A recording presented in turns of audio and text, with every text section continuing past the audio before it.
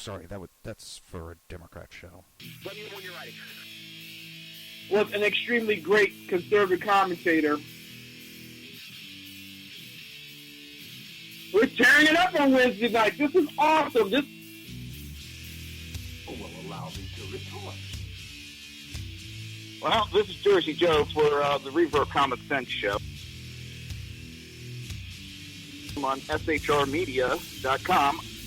Actually, I just totally screwed up. This show contains language that some viewers may find offensive. Listener discretion is advised.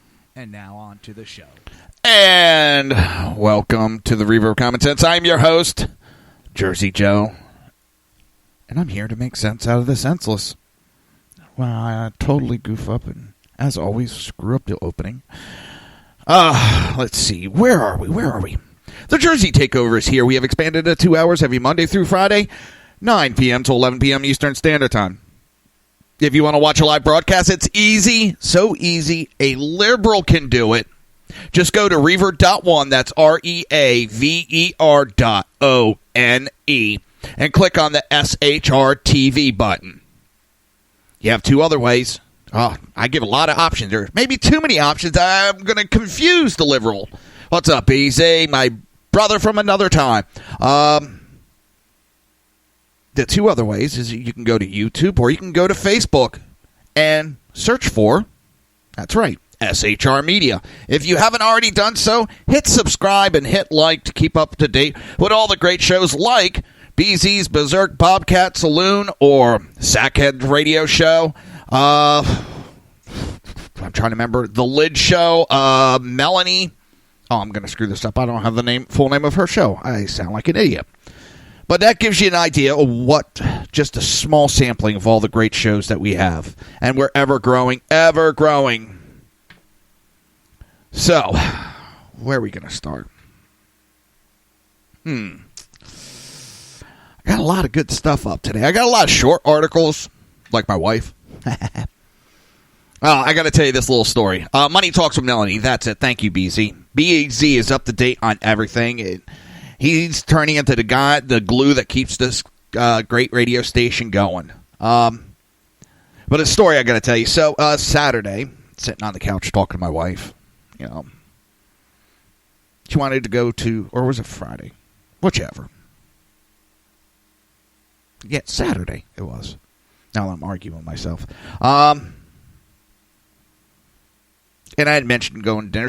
My wife loves CC's Pizza because it's cheap and easy. Oh, and another great show is you have The Right Way with Shannon and Mike. I mean, there's so many. I have a tendency, because I'm a blonde, I forget. So we were talking about going to CC's for dinner. I said, one of these days we got to paint this damn living room. I've said it before. And she looks at me. She's like, all right, let's go to Lowe's. She goes, what do you want to do? Well, I talked about, she goes, you want to do those two sections there, brighter color than the rest? I said, yeah. She goes, let's go to Lowe's. Let's take a look. Okay. My wife wants to go to Lowe's. Hey, I'll take that one right there any day of the week. So we go, and we're looking at the paint, and she's looking at the colors. And, well, do you like this one? What about this? I'm like, this is your gig. You pick it out. So she gets the colors. She's like, all right, I'm ready. So I start to leave. She kind of looks at me. Like, you mean you're ready to grab the paint? She's like, yeah. I'm like, you do know we have to get rollers. Yeah. Okay. So we get everything. Get the 3 different types of paint. We got I had to explain to her, we need a white satin for the molding. Then we got the flat color for the wall. And we got a light color, and we have these 2 pieces that jut out 4 inches. So we did them a darker, according to which way you look at it. One way it looks like in the can it looks like chocolate syrup. When it's up on the wall, it has this red look to it. But either way. So I get the hyper idea. So we go out to dinner, get back to the house, unload. Of course, we have to spackle, start taking everything down, moving everything out of the way, start painting the trim. And, well, I know, my back is fudged up to the word go. Hey, the Unpleasant Blind Guy's here. How are you doing today, sir? So, I'm like, you have to do the lower portion. I'll get everything else. Okay. And then it was, well, we got the molding done. Let me get out the dark paint. And one thing I learned is, and it shocked me, and it's not because she was a female. It has nothing to do with that. My in-laws, well, my father-in-law worked his ass off all his life, and he made good money. So he never painted a house. The kids never had to paint a house. Like me growing up, we did a lot of painting growing up. Because my dad, his thought was he has 3 boys.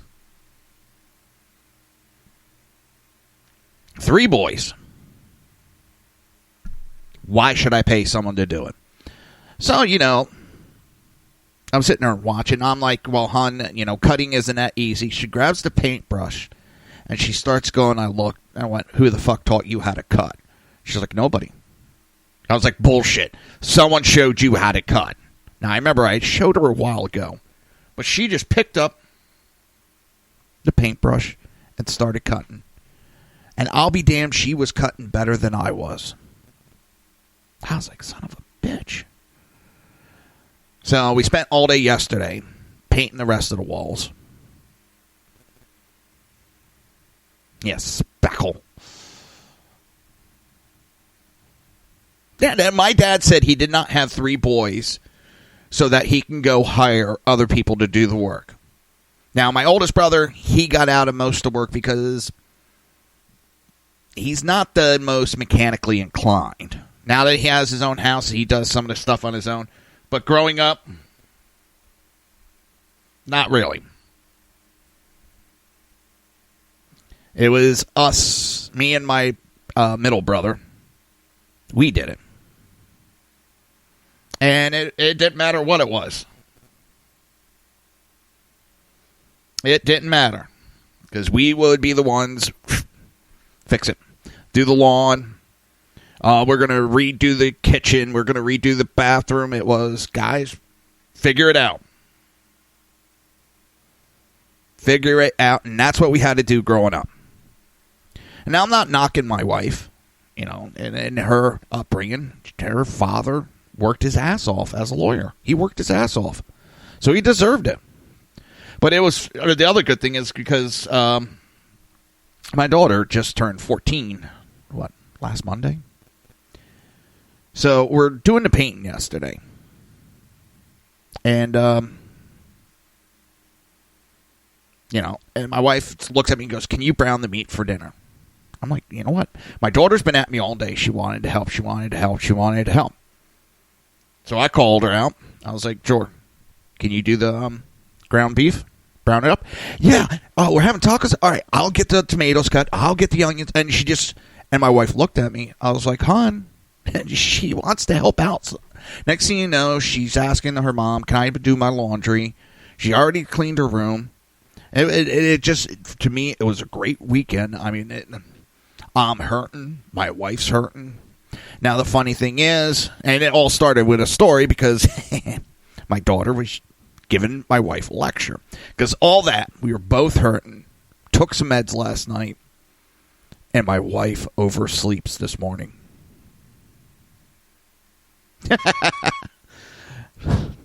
I know, browning the meat, that's a racist term. So my wife oversleeps. So she called out of work. I mean, she didn't lie. Her back was out. And we just told my daughter, don't worry, you got a free day. It's our fault. First day of that she's missed all year. I can tell you right now, since she started school, she's in 7th grade. I think she's missed a total of 8 days total. And 3 of those, she had a severe, no, 2 of them, she had a severe allergy attack when we first found out, and she was in the ER. And it knocked her down for a couple days. My daughter went 2 years without missing a day. So if she missed one day, I don't care. Don't bother me. Girl only wants school. But it was getting ready for bed, and she looks at my wife. She's like, you need to wake up because I don't need to miss 2 days of school in a row now. You don't want me missing 2 days now, do you, Mom? I was like, oh, my God.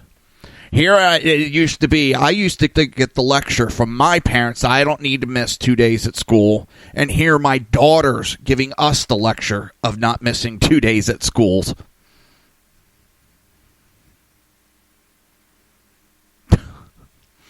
Well, my wife got in a small accident, so hers isn't that bad, but it just got it going, and she was doing all the baseboard.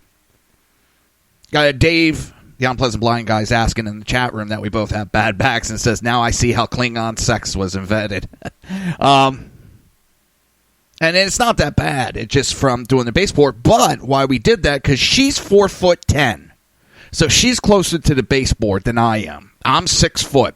So I handle the tall work because, well, if she goes up a step ladder, she falls, that's a trauma alert. We're going to have to pay for a helicopter ride and all that because when you start getting over 2-3 times your normal height, it's a trauma call. Make sure my wife's not around to hear that joke. It's not a joke, but I don't think anybody's ever done that. I can't say that because I know some medics that would. So she does the lower stuff in the house, and I do the high stuff. I mean, I think it's good. Yeah, 4'11", or 4'10". She actually lost an inch recently. She used to be 4'11", now she's 4'10". And then I'm 6 foot. And the funny part is we always bust on each other because my ideal woman is like a 6 foot blonde. And what do I marry? A 4'10" brunette.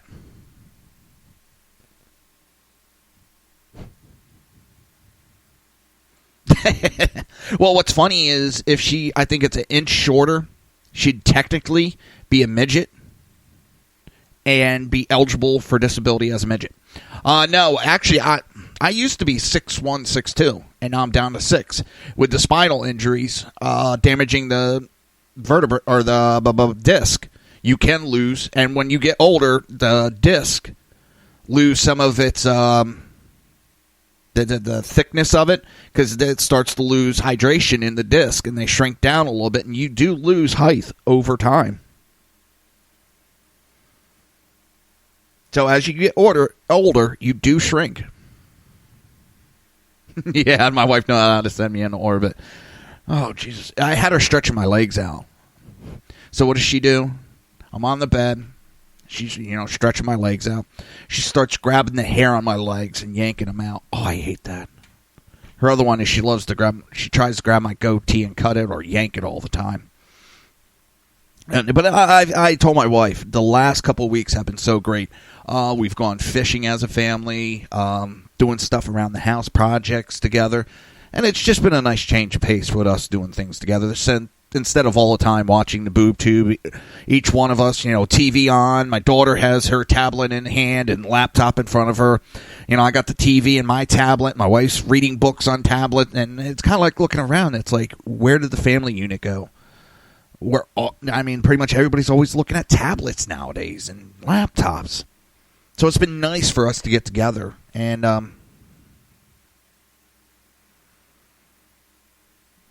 it's been nice. And I mentioned that to her, and she kind of went to give me some shit. And I was like, wait a minute. I've wanted to go fishing with you for a long time. I go at nighttime. My wife she never liked the nights. And just like the last 2-3 years, she started staying up later, so she goes.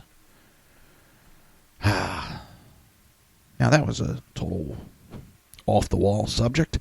The beard was originally for burrowing owls. Yeah, friggin' California wouldn't let you cut it, would they? Once they have a nesting place, that's protected for the rest of their lives.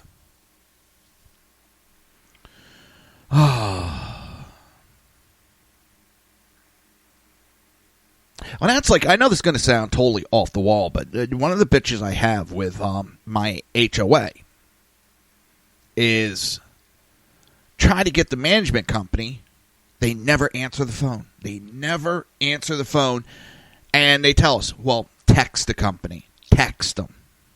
That's like, I'm trying to do business. I'm not here as a teeny bopper texting away. I mean, I've texted with, BZ, me and Sean text back and forth, but when I'm doing business, I want to hear a voice. I want to talk to somebody.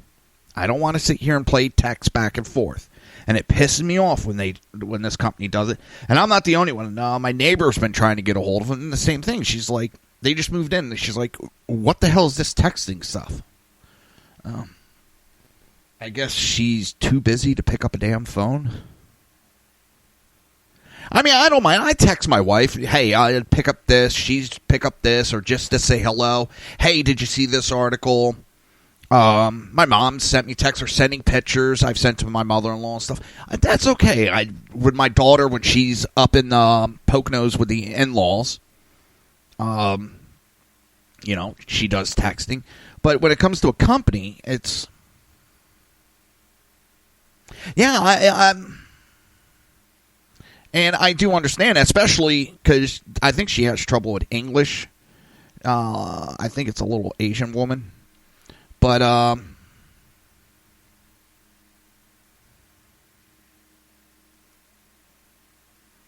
had a complaint because one of her little security people, I had garbage cans on the side of my house that I was putting yard waste in. That was there for 2 years. Finally, they put up a notice saying I've broken an X, Y, and Z rule of the HOA. And I was like, hey, number one, can you tell me exactly what I did wrong instead of just posting the rules? Because my neighbor who was selling the house had garbage cans out in the front for like a week. So I didn't know if it was that they saw, and it was right in between our two houses. Could be construed as mine or his. And I had texts that, hey, can you give me a specific of what I did instead of just give me general rules? I said, number two, can you tell your guys not to tape pieces of paper to my front door? I don't appreciate that. Now I got tape with glue and all that dirt, and now I got to do all this cleaning. I said, that's my property. I prefer you not to do it. There's other ways. And what do I get back from this woman is, when you came into the HOA, you gave the right for them to enter your property and come on to your driveway. And I'm thinking, I know what she meant, but her words, enter my property. I'm like laughing, going, yeah, go ahead, let one of your assholes try entering my house. But this is kind of the HOA I have, and there's a lot of us that are actually, we're trying to figure one of us to run for president. One of the first things we'll do is fire this HOA. It's a small-time piece of shit, little... they ignore the rules. They try jumping over the rules. They want us following certain rules. Exactly. They've taped it to my driveway, but taping it to my front door, I thought that was just a little wrong. And it wasn't like I was screaming. I said, hey, can you please ask them not to tape stuff to my front door? Nothing mean. Just I was very polite about it. Please. It just, that adds extra work to me. And what I was talking about, I know maybe you guys don't care, that they give more specifics. That they give more specifics of what I'm doing wrong. Because one time I got a notice, object near the front door. So when I called up, I actually got this woman on the phone. No problem, Jenna, it's okay. And I said, okay, I got this notice. It said I have something by the front door. Great. What do I have by the front door? And she's like, I don't know. Why would I know? I'm like, I don't know. Your people are citing me for this, and you're telling me to correct the issue. How can I correct the issue without you telling me exactly what it was? I said I have a little bench, like a kid's bench, wood, cast iron on the side. Very nice. I said, that's allowed by the rules. She goes, yeah. I said, okay, that's by my front door. What was it? Was it a package the mailman left there? Was I working on the front lawn and I put a rake against the side of my house while I went inside for a moment and came back out? She's like, I don't know. I can't tell you. Then I'm like, why are you sending me a notice if you don't know what I did wrong? I can see you're quoting the rules. Great. But unless you tell me how I broke that rule exactly, I don't know how to fix the issue. That's why I don't understand some of these people. They can't give you, specifics. They got to give you this generalization, which doesn't help. It's already that time. You're listening to the Reaver of Common Sense right here on SHR Media and High Plains Pundit Radio, and we will be right back.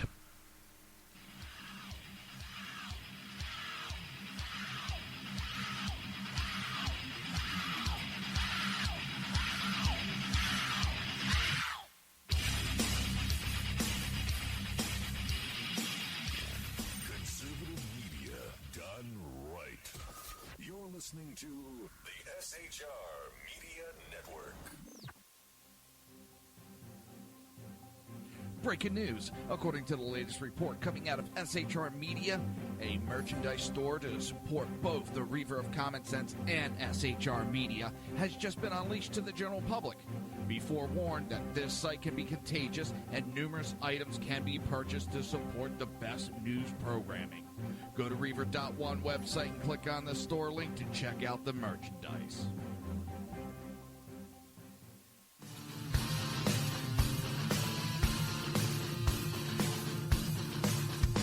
You have been listening to Reaver of Common Sense, hosted by my dad, Jersey Joe.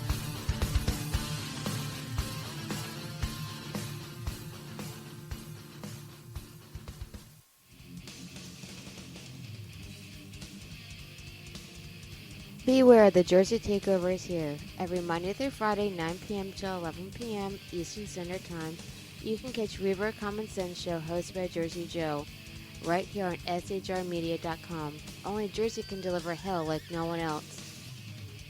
So consider this your fair warning.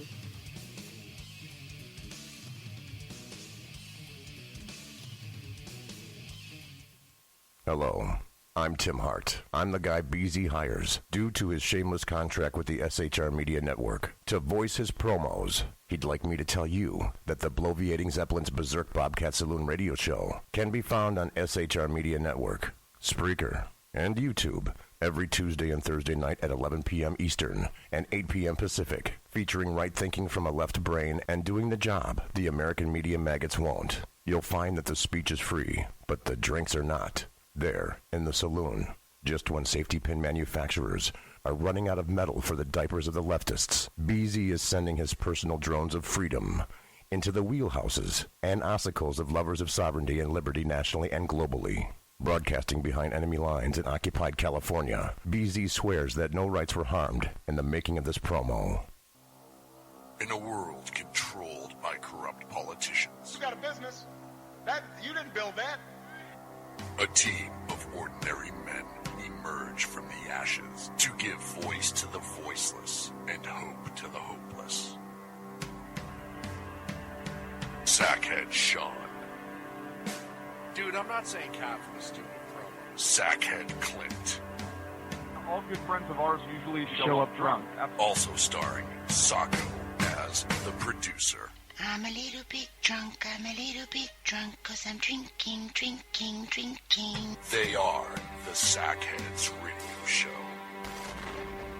Every Wednesday at 8 p.m. Pacific on shrmedia.com. Hey, it's Sean from the Sackheads Radio Show, also one of the owners here at the SHR Media Network. Are you opinionated? Have you ever wanted to do your own show? Have you ever heard somebody like the Sackheads and go, yeah, I could probably do that better? Well, now's your chance. Send me a 5-minute clip at sackheadsradio@gmail.com, and maybe you can be part of the SHR broadcasting team. sackheadsradio@gmail.com.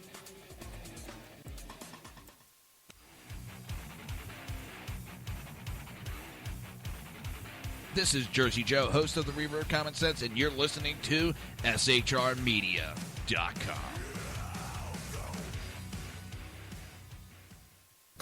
Times are dark. The people misled by corrupt politicians, lied to by establishment media, and deceived by the false messages of Islam.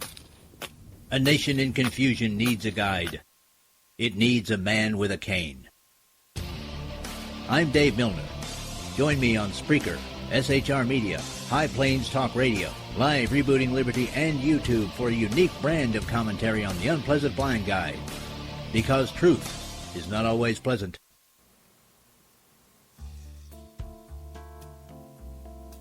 Human by race, Christian by faith, American by nationality, and conservative by choice. Reverend Ralph J. Chittum Sr.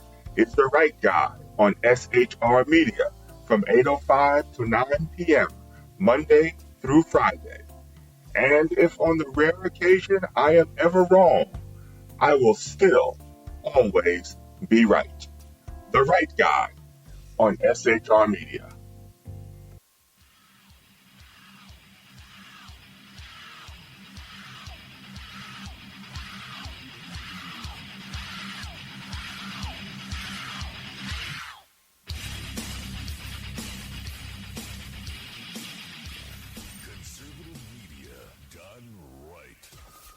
Listening to the SHR Media Network.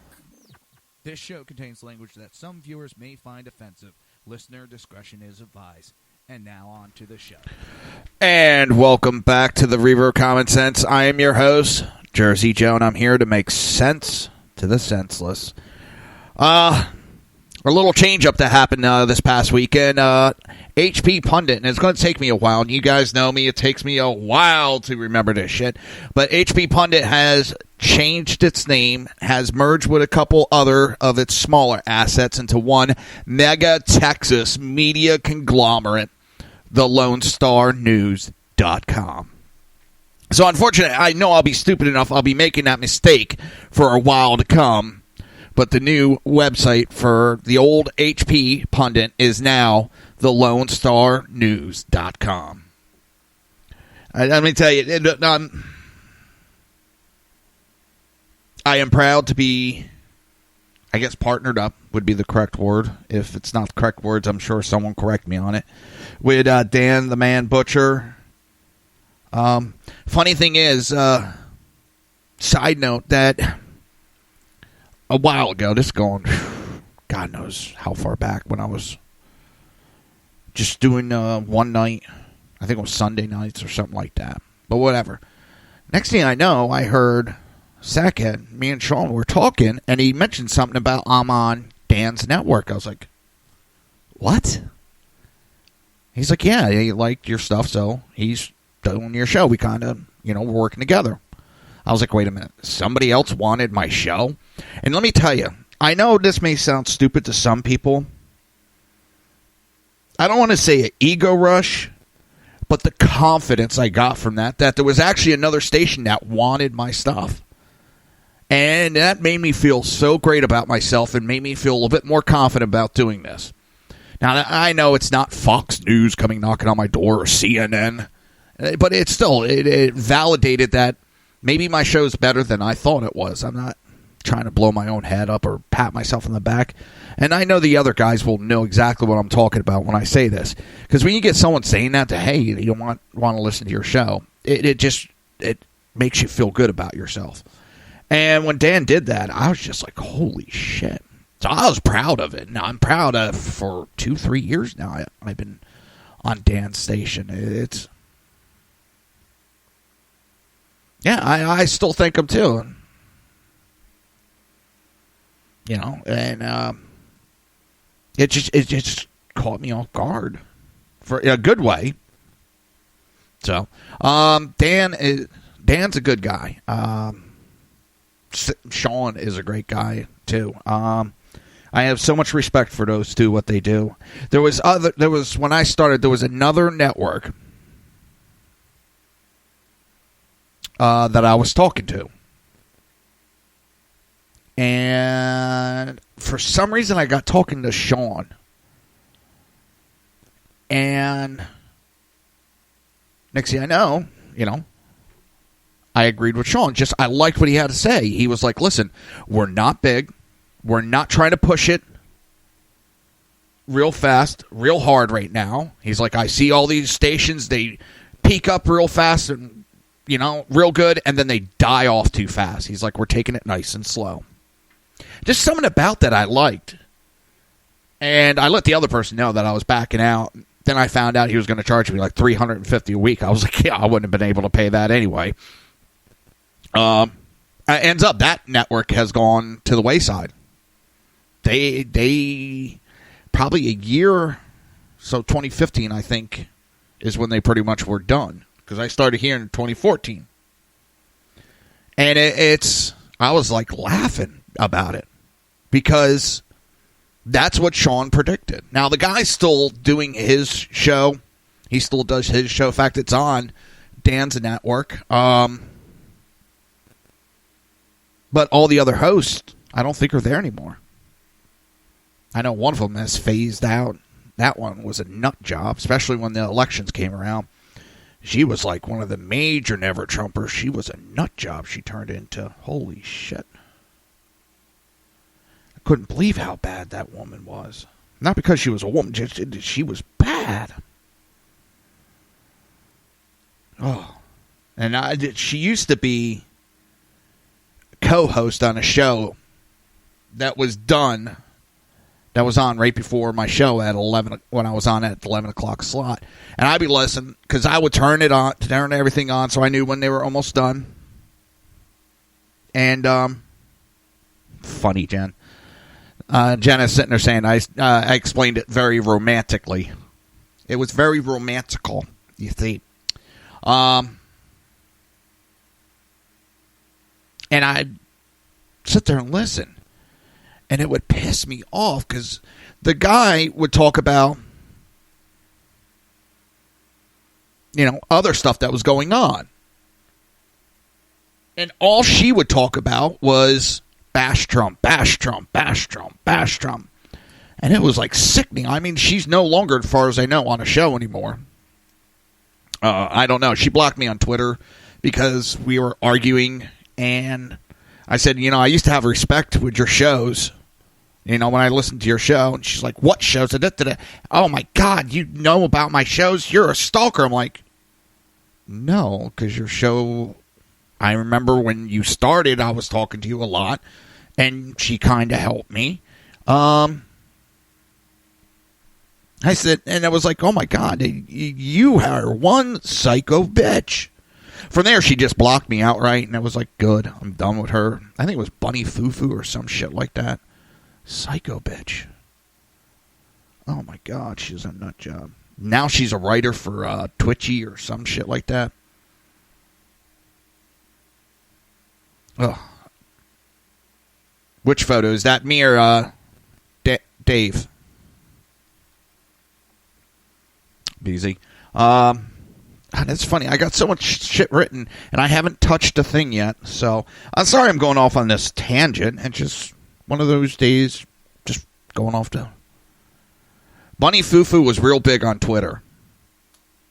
Back in like 2012, 2013, she's one of the first person that I followed on Twitter.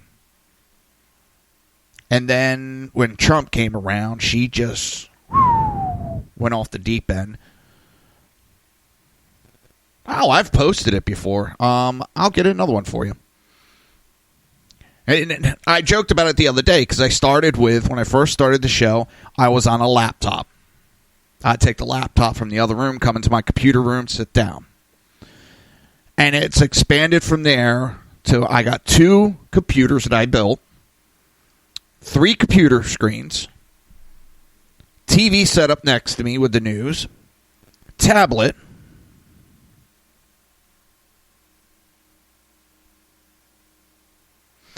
and a little laptop next to me that I look up stuff every now and then.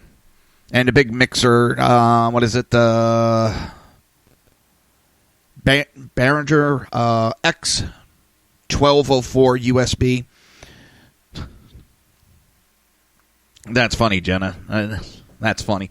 Jenna is saying, are you calling MBZ? If you don't get it, let me know, because you know how my phone goes sometimes. Now, that'll be an honor. BZ's going to call in tonight, I think. I still have one of the smaller Behringers. In fact, 2 of them. The original one I started with, Then I upgraded and I didn't like it. I like the 1204 with the sliders and the mute buttons because it's easier to go to commercials and all that. I do got a bunch of Second Amendment stuff I want to get to, too.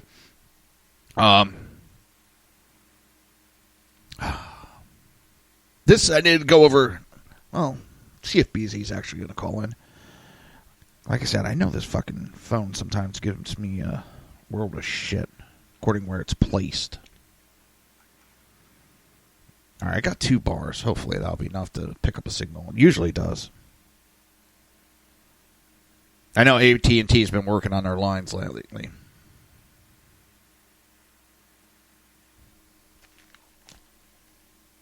Oh. And that's why I'm using BZ, the Behringer headphones. I actually like them. The only thing I have a problem with is the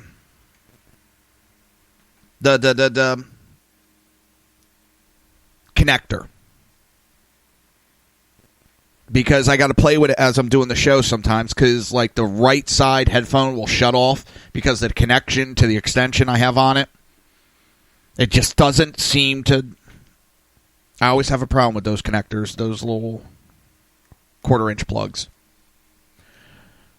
Oh, let's see. All right, my way for BZ to call in. ESPN reporter who tweeted out that President Trump was a white supremacist, racist, has been suspended not for calling the president a white supremacist. No, didn't get anything for that. But because it was at Jamil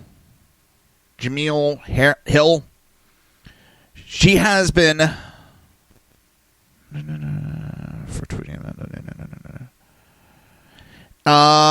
She went after the Dallas Cowboys owner. The Dallas Cowboys owner came out and said anybody that's going to disrespect the flag will be suspended now. Well, this reporter for ESPN, called out for a ban, a boycott on the Dallas Cowboys sponsors. Well, she works for ESPN, a sports organization, and she just is calling for her owner and a team boycott. So she's been suspended for that. Yeah, but, Jerry Jones came out there. Yeah, he did something. Last week he came out and he was on the field kneeling with his players before the anthem. They did that little protest before. Damn it. Let me change the location on my phone. I got to figure this out.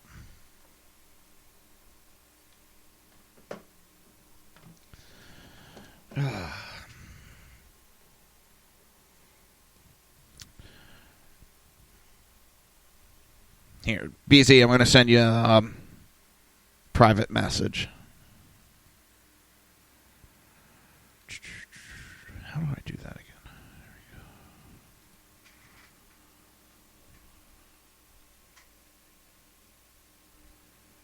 There we go.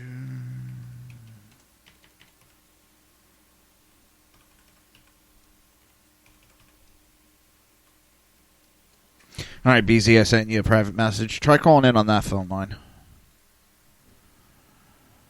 BZ, I know I've been copying some stuff off you, and I'm sorry. I don't give you enough credit for it.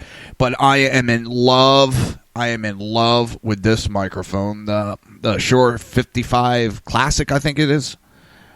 Oh, my God, I love this microphone. It is great. I love the sound of it.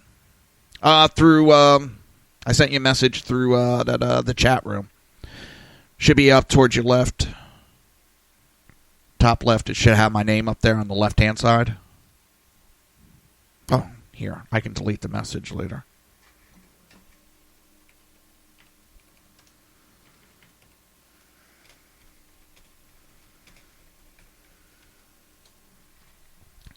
Now you go. Try calling me on that number.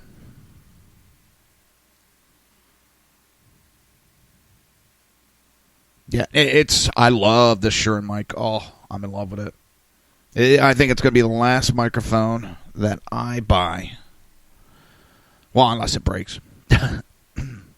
But yeah, she's been suspended for going after a football owner. And but not when she attacked the president and called him a racist and white supremacist and all that. Yeah, that's okay. You can falsely claim all that. But, going after an NFL team, hell no, you can't do that. Oh, and it was a tweet she sent out, and it was in response to Cowboys owner Jerry Jones' statement that any player who doesn't respect the flag on his team will not play. Hill took to Twitter and released a tweet storm full of advice for those who wish to protest Jones' decision. Quote, "No, I think the Cowboys fans, the paying customers, need to pick up this fight. Don't look to Dez or Dak. You do it. The problem is the fans have stood up.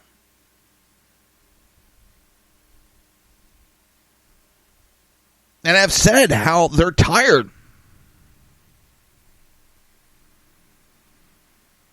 Yeah, I know that. It's how are you going to? The numbers show, the polls show that the fans are sick and tired of these protests. Some of them said they don't mind that the players are protesting. They don't care about that. But when they watch football, they don't want politics. Which I can understand. I'm not going to debate somebody whether they think it's proper for someone to what they want to protest over. That's their right. That's their freedom of speech. But when they do it where they're doing it, that's where a lot of people don't like it. I don't want... here we go. Should be Beezy. You're calling the Reaver of Common Sense show. Who's this? Well, oddly enough, it happens to be BZ. How are you doing, sir? How are you doing? Doing great. You're on the far east coast. I'm on the far left coast. Yeah, you're behind enemy lines, unfortunately. Oh, hell, am I ever. My God. It's just getting worse and worse out there. Well, here's the bad thing, the good thing. Leftists are having their houses burn up like crazy in Napa and Sonoma counties today. Oh. And I hate that, and I simultaneously love it. And I find myself really perplexed by this, and it's a terrible conflict for me, because they're getting what they bought into for decades. No forest management whatsoever. And now that it's starting to have actual repercussions, yep. Only now is it beginning to get some kind of attention, because, Jersey Joe, you couldn't take a dead tree out of the forest. And I'm not saying that Napa, they don't really live... Napa, well, let me go back a little bit. Napa County, for those who are unaware, Napa County has some of the greatest wines. That's what it's known for, the land and the rolling hills and the wines. And a great auto parts California. Store. They have great vineyards. And they also have great woods. And they also have great brush. But part of the problem with that is that you could never remove the deadfall. You could never take up the trees, and you could never trim the trees, or you could never remove a tree from your property, even though it had died. That's wrong. And so, plus, after having experienced, about 6 years of the drought. Last year was actually very wet. But prior to that time, and because we haven't had any rain around here, well, no, I can't say around here, the west coast of California hasn't had much rain. They haven't been able to, they can't log, they can't remove, they can't do anything to, that would interfere with Gaia or Mother Earth. So, after this deadfall, literally some places in the forest can have, and I am not kidding, a foot to a foot and a half of deadfall, which means that's twigs, leaves, pine needles, branches, etc. As you walk along, it's what is known as loam. And you can't do anything to remove it from your property.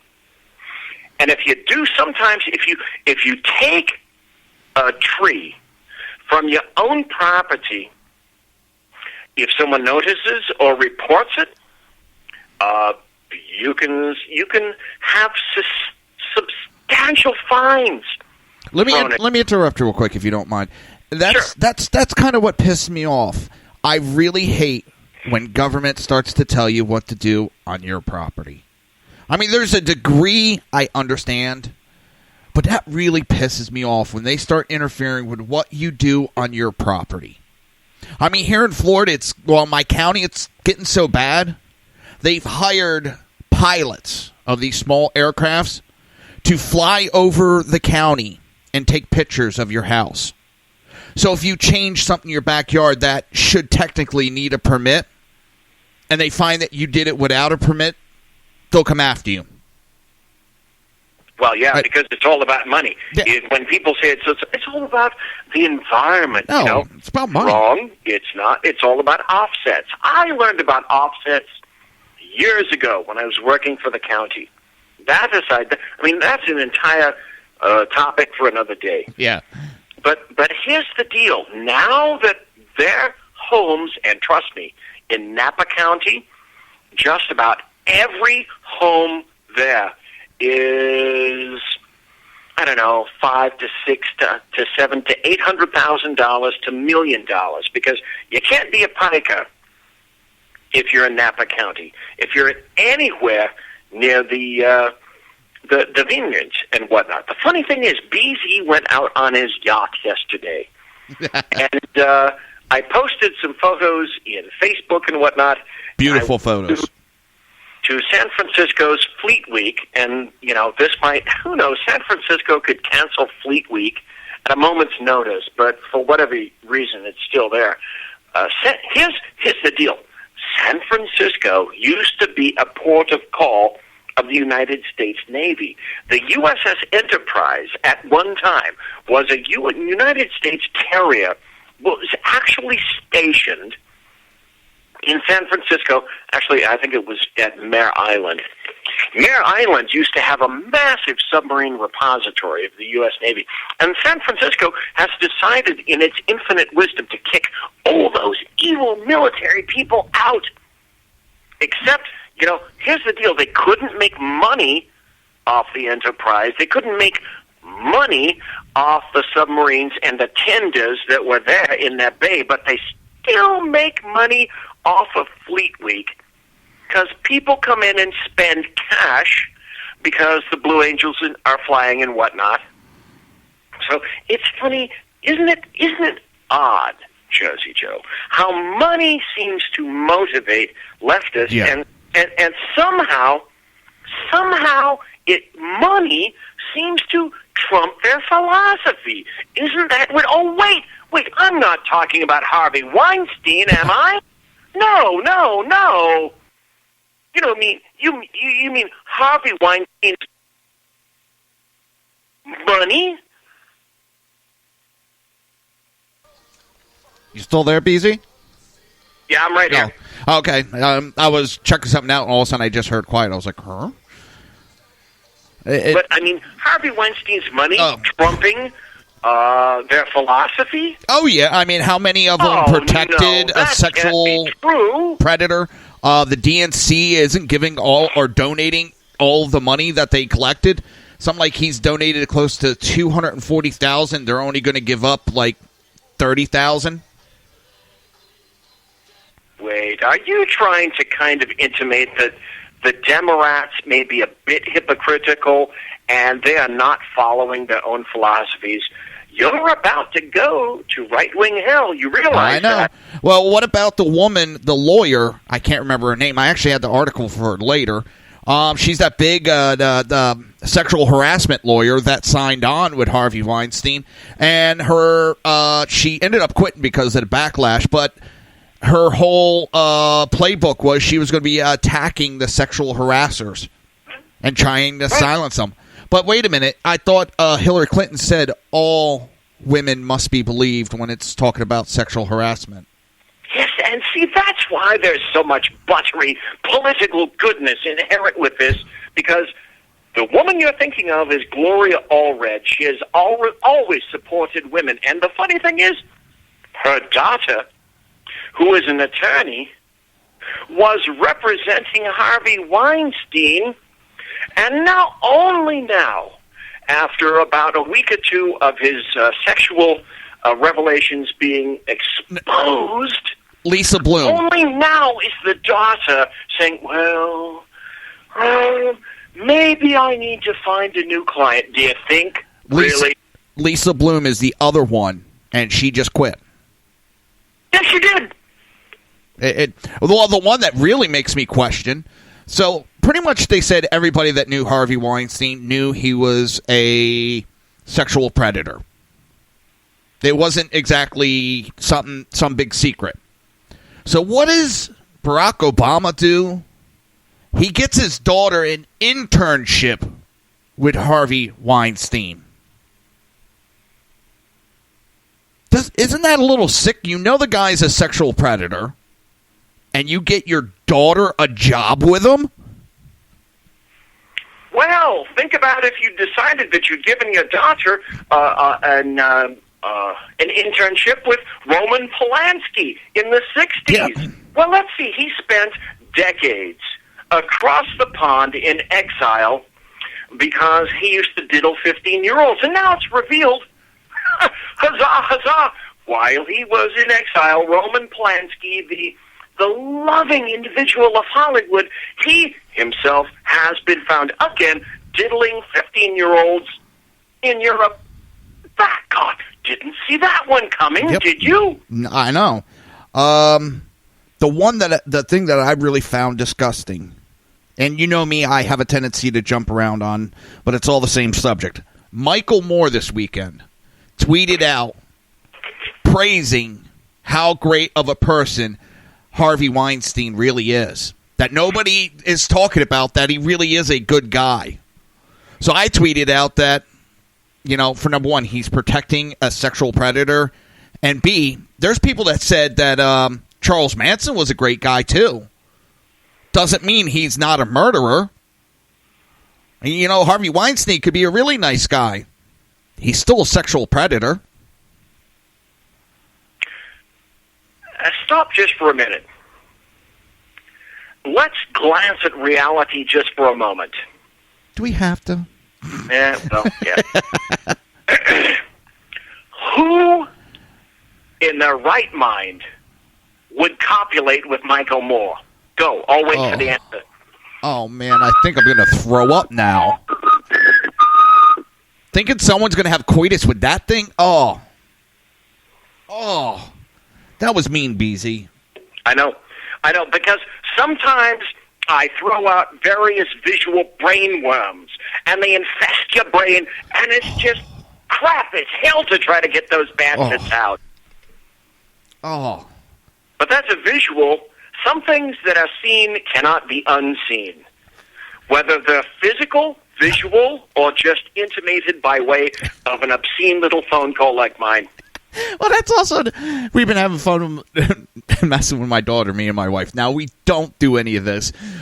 We'll just be like, hey, Jordan, me and Mommy are going to go to the bedroom just... All of a sudden you hear, no! Stop! Why would you put that image in my mind? No! I'm like, what image? You and Mom having sex. Ew! Yeah, it's true. So we'll just be sitting there out of nowhere and just go... Oh, she'll start yelling at us. She's like, why do you have to give me that image? I don't want that image. But this Michael Moore, I think that's a worse image than imagining your parents having sex. Yeah, it's like the quintessential sale, like Michael Jackson, the quintessential Michael Jackson sale. Boys' pants half off. Yeah. Well, did you notice how quick they turned against Michael Jackson? But yet they're still trying to protect Harvey Weinstein. They said one of the reasons that these women have come forward is Harvey Weinstein doesn't have the power he used to have. You want to hear something even more? You know, in the big scheme of things, it really doesn't mean dick. But the funny thing is, you ask any Gen Zer, you know, they're millennials and they may know a bit of this, but the Gen Zers don't know and don't care. You ask any Gen Zer now, excuse me, who's Michael Jackson? And they'll say something similar to, I don't know, maybe he's the guy that served me lobster at my last restaurant. I don't know, dude. Just beat it. Sorry. It's weird how some people wouldn't know who he is, but it's amazing how quickly and that they turn their backs on him. But Harvey Weinstein, they're still trying to protect, and it's going to take some Hollywood people down. You have Russell Crowe and Matt Damon. It comes out now that helped hide a sexual harassment case back in 2004. They helped quiet it down. Yeah, basically Russell Crowe called and said, you know, you need to tamp this shite down. Plus the Saturday Night Live guy, Lorne Michaels, said, oh gosh, why didn't you mention anything about this guy Weinstein? I'm sure, well, it's a New York thing.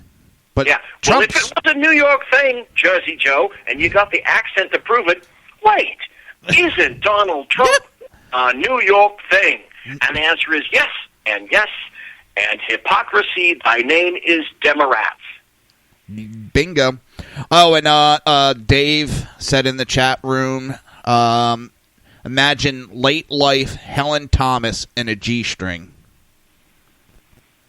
I'm pretty sure, I'm glad I don't know who Helen Thomas is. But the bad part is, I'm actually looking it up. I'll tell you what, it's about the top of the hour, and I'm going to have to go. All right. But I will say one thing. Without a doubt, I mean, this is unequivocal, and I won't even remotely dispute this. Oh. In terms of brainworms, Dave beats me hands down. Oh. I'm going to have to hang up now, but on the break, whenever your next break is, Jersey Joe, I just pulled the picture up. You need to go onto your favorite search engine and enter the words. First, go to images, then enter the words Helen Thomas, and then, let's say, news, and look at the image you get, and then go back to Dave's suggestion, and you'll understand how Dave beats me hands down badly. I mean, terribly, badly, like a big bass drum. Oh, yeah, I pulled it up already, and, yeah, I think we're going to break because I think I'm going to get sick. Yeah, good point. Oh, and Jenna also said that Fuglies need loving too, so in response to picking on Michael Moore. How sad. We always feel bad for Michael Moore. Always. And his 5 houses. We always feel bad for his 5 houses, 3 of which are multi-million-dollar houses in Michigan. We feel bad for Michael Moore. He is one of those people. I don't wish death really on anybody or anything bad, but he is the one exception to the rule. If something, and I don't want anybody to go do it, I don't want anybody to go do it, but if something bad happened to him, like a satellite fell out of the air and it landed on top of him, I'd probably have a beer. I do not like that man. Bowling for Columbine showed me just what of a scumbag that man really is. Okay, I'm going to leave you with this final thought. I don't think it's really going to come anywhere near Dave's suggestion. All right. But I will posit this as I leave. How would you like to be, because you know he has one, guaranteed. How would you like to be Michael Moore's masseuse? Michael Moore's G-string. No, Michael Moore's masseuse. Oh. All right, I'm going to go to break there you now. Thank you for calling in, BZ. It's always a pleasure when I have you. Take care, sir. Bye. Have a good night. All right, with that, we're going to head to break real quick. You're listening to the Reaver of Common Sense. I think I'm going to go throw up after some of those images. You're listening on SHR Media and LoneStarNews.com. Hang on. Let me make sure I got it right. I'll be amazed if I got it right. I really would be amazed. Oh my God, this is far up in the conversation. Holy shit. Yes, LoneStarNews.com. And we will be right back.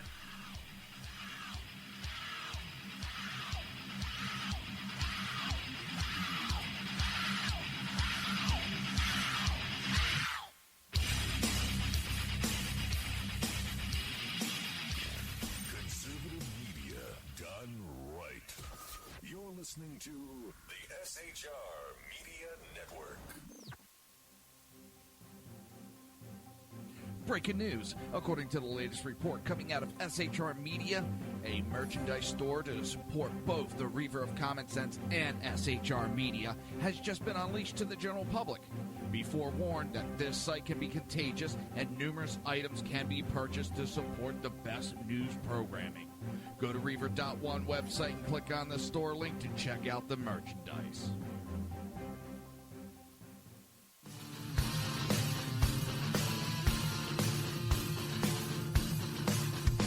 You have been listening to Reaver of Common Sense, hosted by my dad, Jersey Joe.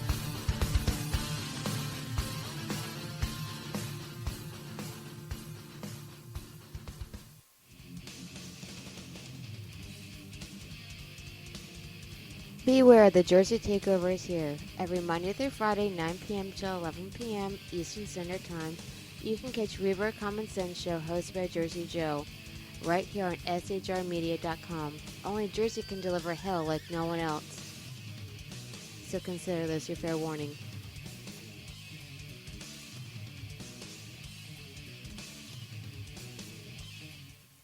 Hello, I'm Tim Hart. I'm the guy BZ hires, due to his shameless contract with the SHR Media Network, to voice his promos. He'd like me to tell you that the bloviating Zeppelin's Berserk Bobcat Saloon radio show can be found on SHR Media Network, Spreaker, and YouTube every Tuesday and Thursday night at 11 p.m. Eastern and 8 p.m. Pacific, featuring right thinking from a left brain and doing the job the American media maggots won't. You'll find that the speech is free, but the drinks are not. There, in the saloon, just when safety pin manufacturers are running out of metal for the diapers of the leftists, BZ is sending his personal drones of freedom into the wheelhouses and ossicles of lovers of sovereignty and liberty nationally and globally.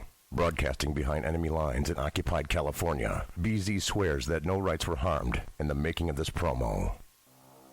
In a world controlled by corrupt politicians, You got a business. That you didn't build that.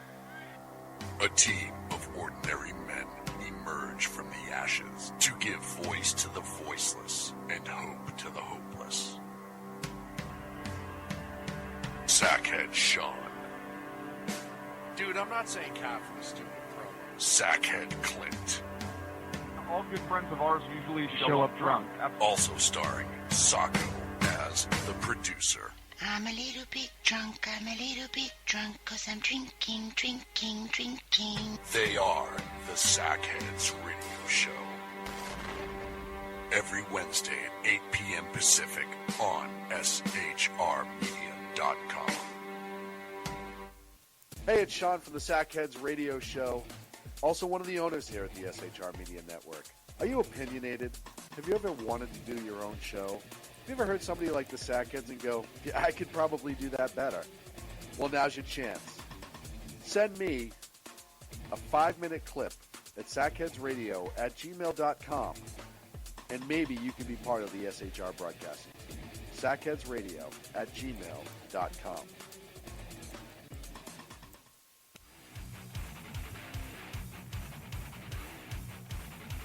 This is Jersey Joe, host of the Reaver of Common Sense, and you're listening to shrmedia.com.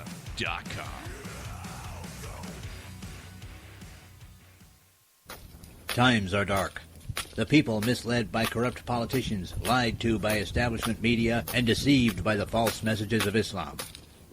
A nation in confusion needs a guide. It needs a man with a cane. I'm Dave Milner. Join me on Spreaker, SHR Media, High Plains Talk Radio, Live Rebooting Liberty, and YouTube for a unique brand of commentary on the unpleasant blind guy. Because truth is not always pleasant.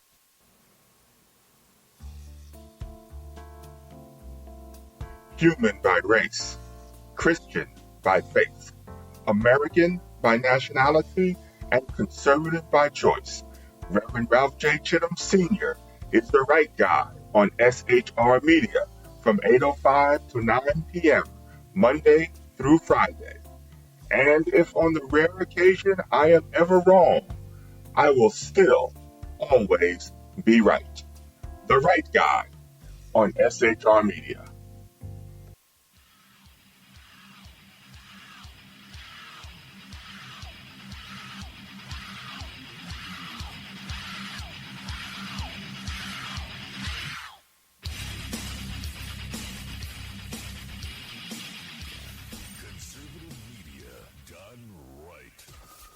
Listening to the SHR Media Network. This show contains language that some viewers may find offensive. Listener discretion is advised. And now on to the show. And welcome back to the Reaver of Common Sense. I am your host, Jersey Joe, and I'm here to make sense out of the senseless. The Jersey Takeover's here. We have expanded to 2 hours every Monday through Friday, 9 p.m. to 11 p.m. Eastern Standard Time. And if you want to watch a live show, it's easy. So easy, a liberal could do it. Just go to reaver.one. That's REAVER.ONE and click on the SHR TV button. That'll put you in the chat room at the same time also. And the two other ways is go to Facebook or YouTube and search for SHR Media. And while you're there, don't forget to hit subscribe or like and join the ever-growing force that is the SHR media world.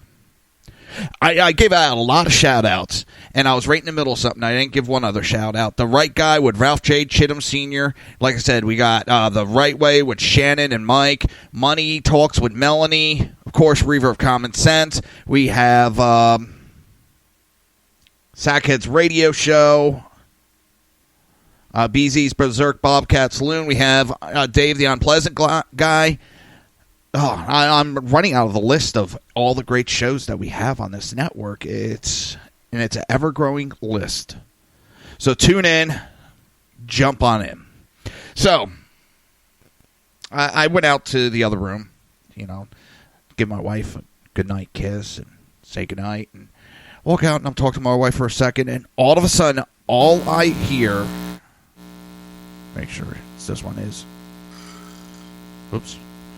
Hang on. And all I hear... Damn it. For some reason, I'm having trouble with this. Get in the hole. There you go. I couldn't get it in the hole. So all I hear, and when I go out there, is... Seriously.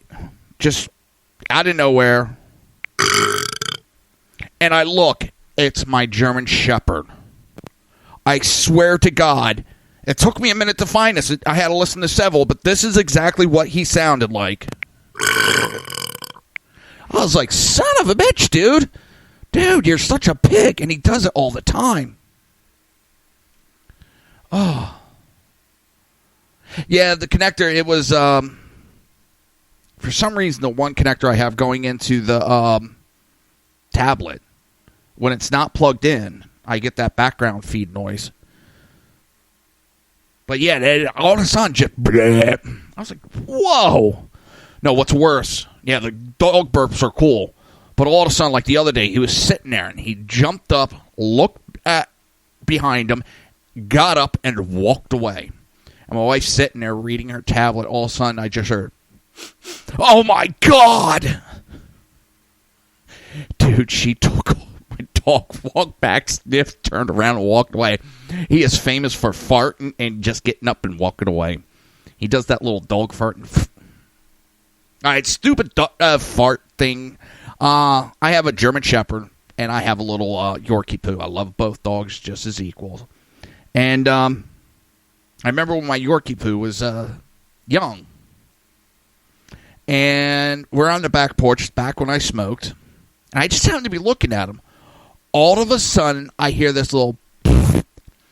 He jumps 6 inches in the air, and while he's jumping, he twists his body and sticks his nose to his ass. You could see he's scared shitless. And he's sniffing his ass as he's in the air. It's the first time I think he ever farted. It scared the shit out of him. And I'm dying laughing, and my wife's like, what the hell's so funny? I tell her, and she's almost on the ground laughing. It's just, he farts, and it's just a little... And he's in the air 6 inches and looking at his own ass. I was like, oh my God. It was...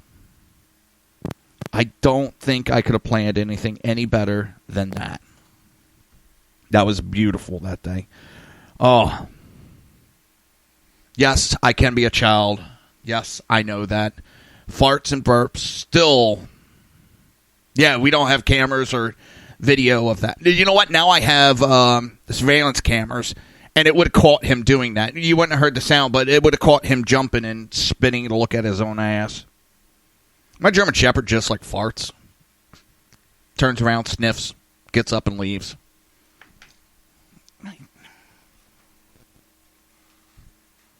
Damn, dude, you're going to sniff. And he kind of like sleeks away, like maybe nobody will notice.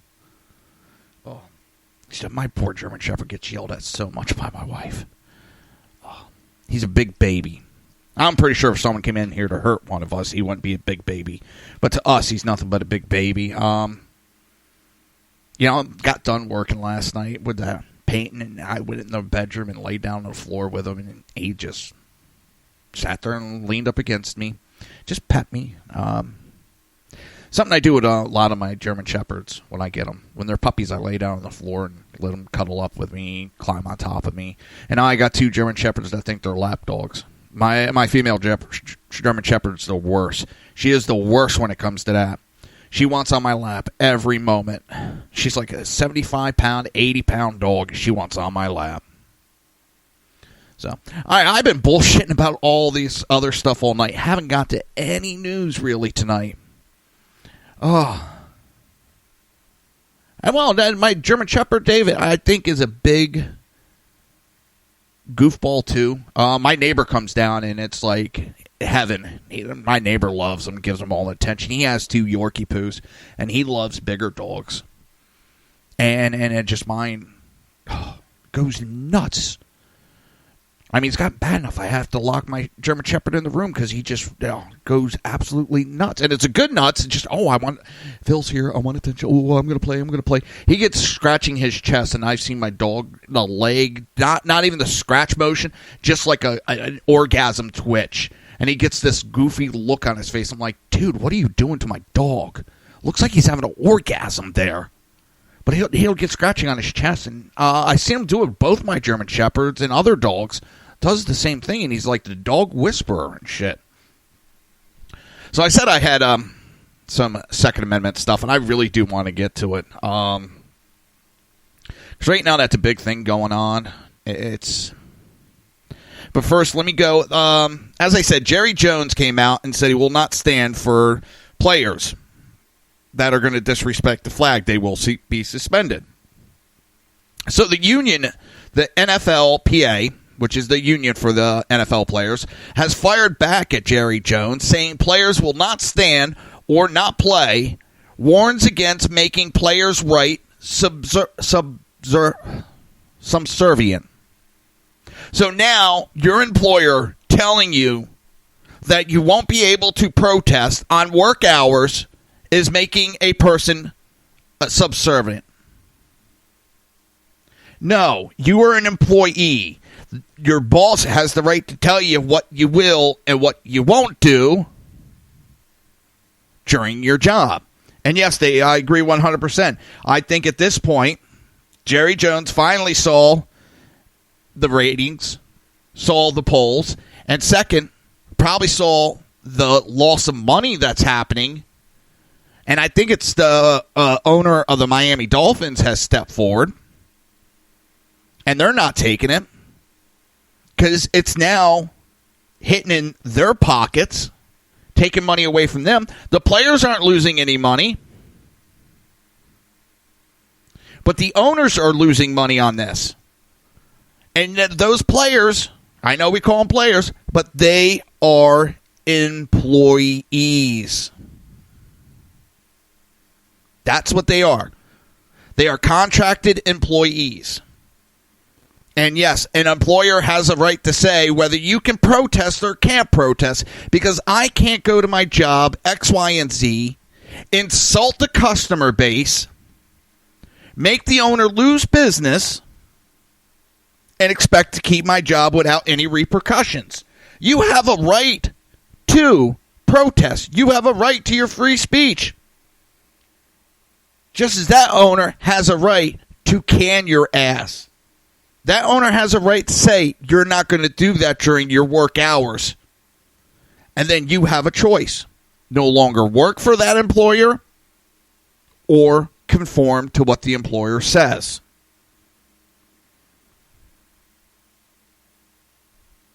This is just the union trying to make excuses so that their players can go out there. And I think at first some of the owners were worried about pissing the players off. It's something I forget who I was listening to, and they were talking about that.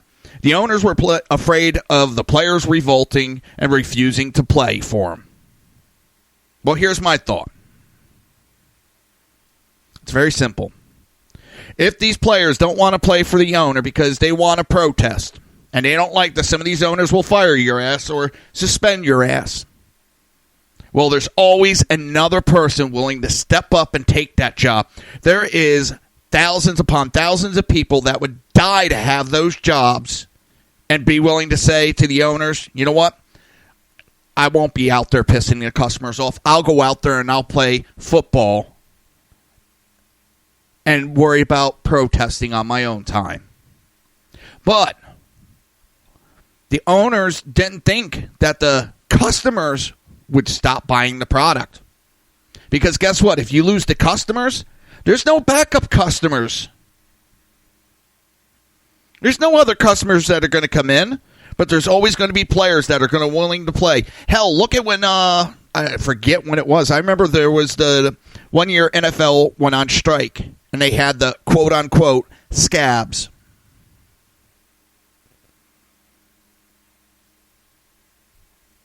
There's always going to be players, and a lot of those guys are going to play harder than what we have now. Because why? Because they want to make it. They want to get hired to play a game they love. And that's what a lot of these players forgot. Yeah, what is it? 3% of the college players get drafted. Out of how many thousands? It's such a small percentage actually get drafted. And how many actually go on to an NFL career is even smaller than that. So there's a load of people waiting to step up to take that job. So the NFL's union running their mouth. And the union is countering Jones' comment, insisting that the anthem protests are conscientious and respectful. Well, you know what? You may think it doesn't make it reality. There's a lot of murderers that were out there that thought they were doing God's work, or they thought they were doing what was best for the person, or whatever excuse they came up with for the reasons why they did their murder, that they justified their actions. Just because you could verbalize your actions doesn't make it justified. And the union is there to kiss the players' asses. They've had some good points, and they've had some bad points. Okay, with the suspending of, Elliott, the running back, I think, for Cowboys. I don't like that the NFL suspended this guy. It's been proven through the legal system that there was no proof behind the accusations. There's text messages of the woman saying, who are they going to believe? An innocent white girl or the black guy? I don't believe it. And honestly, I don't think in today's age they would have let that player get away with domestic abuse with how everything's gone in the media lately. They're looking to nab players for this, and the fact that they didn't even charge, they investigated and said there was no evidence to back up the accusations. And then a year later, the NFL still goes after this player? Hell no. They had no evidence. They ignored a lot of the evidence that said that there was nothing to back up the accusations. And they still trying to suspend. Our court system has said, no, there's nothing there. Can't suspend them. So it's not like I'm bashing the unions altogether. The union in that part had a good place. But what they're doing now with this protest is bullshit. They're just kissing the players' asses. Holy shit, this show is breezing through today. Oh. There's too much bullshit and not enough news. You're listening to the Reaver of Common Sense right here on SHR Media and LoneStarNews.com. And we will be right back.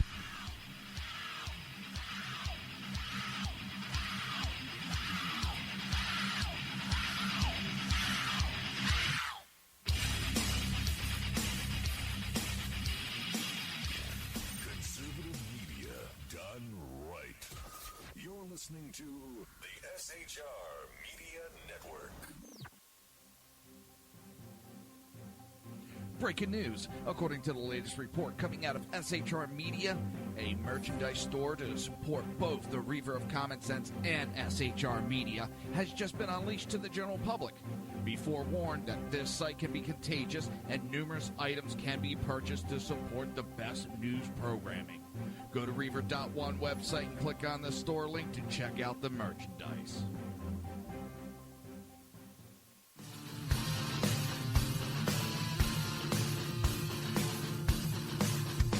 You have been listening to Reaver of Common Sense, hosted by my dad, Jersey Joe.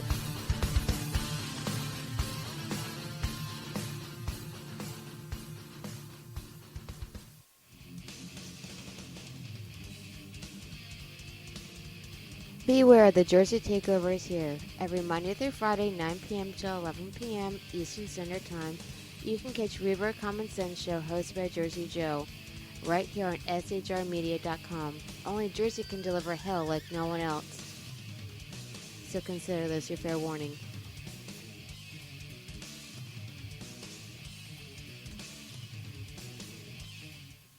Hello, I'm Tim Hart. I'm the guy BZ hires, due to his shameless contract with the SHR Media Network, to voice his promos. He'd like me to tell you that the bloviating Zeppelin's Berserk Bobcat Saloon radio show can be found on SHR Media Network, Spreaker, and YouTube every Tuesday and Thursday night at 11 p.m. Eastern and 8 p.m. Pacific, featuring right thinking from a left brain and doing the job the American media maggots won't. You'll find that the speech is free, but the drinks are not. There, in the saloon, just when safety pin manufacturers are running out of metal for the diapers of the leftists, BZ is sending his personal drones of freedom into the wheelhouses and ossicles of lovers of sovereignty and liberty nationally and globally. Broadcasting behind enemy lines in occupied California, BZ swears that no rights were harmed in the making of this promo. In a world controlled by corrupt politicians, You got a business. That you didn't build that. a team of ordinary men emerge from the ashes to give voice to the voiceless and hope to the hopeless. Sackhead Sean, Dude, I'm not saying cat for the stupid promo. Sackhead Clint, All good friends of ours usually show up drunk. also starring Sacco as the producer. I'm a little bit drunk, cause I'm drinking. They are the Sackheads Radio Show. Every Wednesday at 8 p.m. Pacific on shrmedia.com. Hey, it's Sean from the Sackheads Radio Show, also one of the owners here at the SHR Media Network. Are you opinionated? Have you ever wanted to do your own show? Have you ever heard somebody like the Sackheads and go, yeah, I could probably do that better? Well, now's your chance. Send me a 5-minute clip at sackheadsradio@gmail.com, and maybe you can be part of the SHR broadcasting team. sackheadsradio@gmail.com.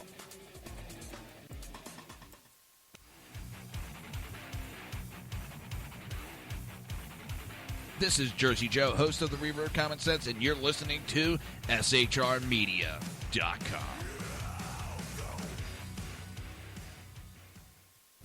Times are dark. The people misled by corrupt politicians, lied to by establishment media, and deceived by the false messages of Islam. A nation in confusion needs a guide.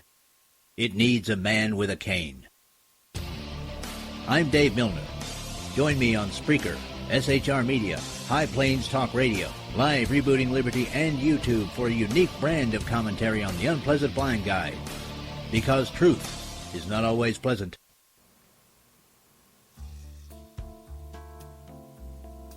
Human by race, Christian by faith, American by nationality, and conservative by choice. Reverend Ralph J. Chittum Sr. is the right guy on SHR Media from 8:05 to 9 p.m., Monday through Friday. And if on the rare occasion I am ever wrong, I will still always be right. The right guy on SHR Media.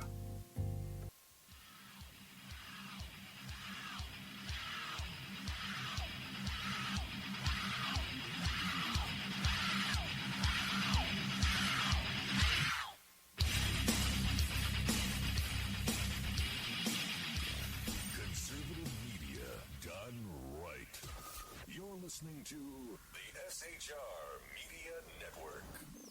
This show contains language that some viewers may find offensive. Listener discretion is advised. And now on to the show. And welcome back to the Reaver of Common Sense. I'm your host, Jersey Joe, and I'm here to make sense out of the senseless. So, all right, I'm going to be a male chauvinist pig here. I actually have wrestling on TV over there, and every now and then I'll take a look over. And right now it's the best. They got like a battle royal of the women's wrestling going on with the WWE. I can't say I'm going to complain about what I see on the screen. Holy shit, some of these women. Whew. I'd sit there and talk with my wife. See, I can openly talk about my wife with these types of things. And be like, yeah, she's attractive. She's got nice this, nice that. My wife would be like, nah, I don't agree with you there. You know, I can talk to my wife about that. We were watching wrestling. I forget when it was. And who was it? Randy Orton came out. She looked at me. She goes, I hate to tell you. I said, I know. If he was there at the door, she goes, oh, hell yeah. And I was like, you know what? I wouldn't blame you. I may not like it, but I was like, I can understand. See, that's what I love about me and my wife. We can talk about these things, and neither one of us gets upset or jealous about it. I know she's not going to do that. But it's just, you know, she could sit there and say that to me. Because I've been like, hey, hon, this one comes by. Sorry. With you watching, I'm doing that if I had the chance. So it's, you know, it is what it is. So, yeah, me and my wife will sit here and be like, nah, that one's nose is wrong. You know, my wife's more critical than I am. I'm like, damn, hon. Come on. All right, let's get on to the main subject here. Oh, and I got to touch on one other thing. Vice President Pence went to the 49ers Colts game. And, well, the 49ers did one of their boycotts again. So, Vice President Pence, right after the anthem, left the game. Said he wasn't going to be sit there and have the disrespect and stay and watch as if he was approving. It's his right. So now a 49er, Eric Reed, is saying, what is he? It looks like a PR stunt to me. This is what systematic oppression looks like.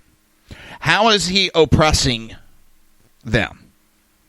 They have a right to their speech, which they say they do. Okay, he has a right to his speech. He has a right to get up and say, I'm not going to be a part of this. He feels there was disrespect done. He does not have to be a part of that. He has a right to walk away. I applaud him for walking away. It's not oppression. It's not oppressing anybody. They have a right, but they don't want anybody else to have the right.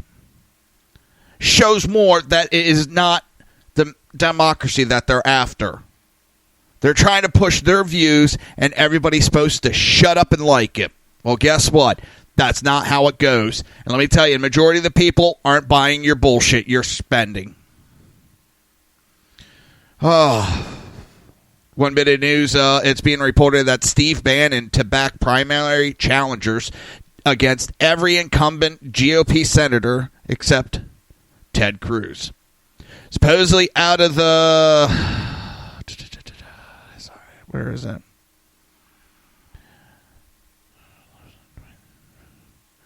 The Republicans only have to defend 8 seats, while the Democrats are left defending 23 seats for 2018.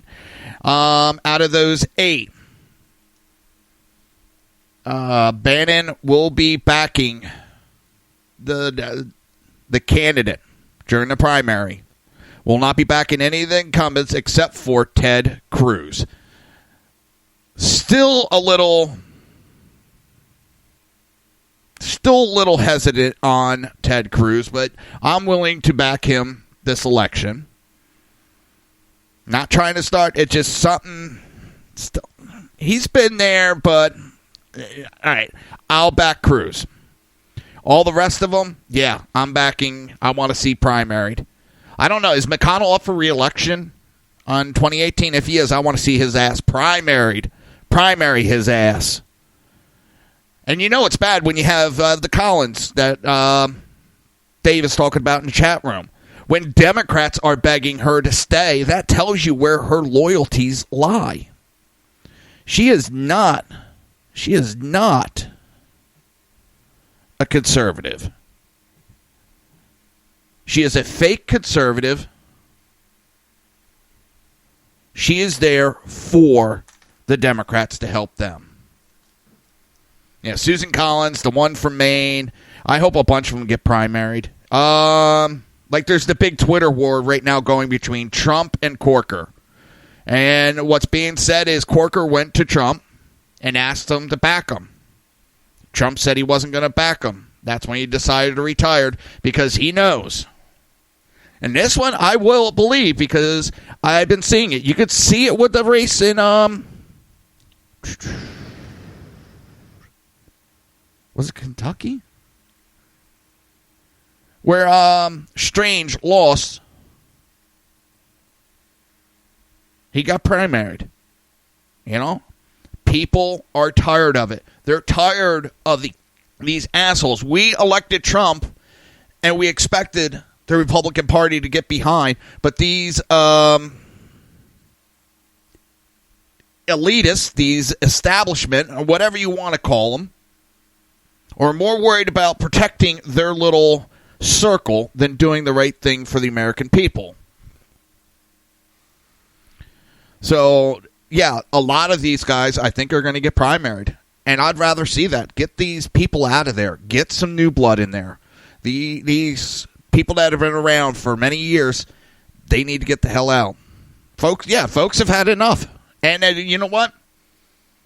I think a lot of people were afraid to vote for Trump because they're afraid of breaking the normal of voting for a non-politician. That scared them.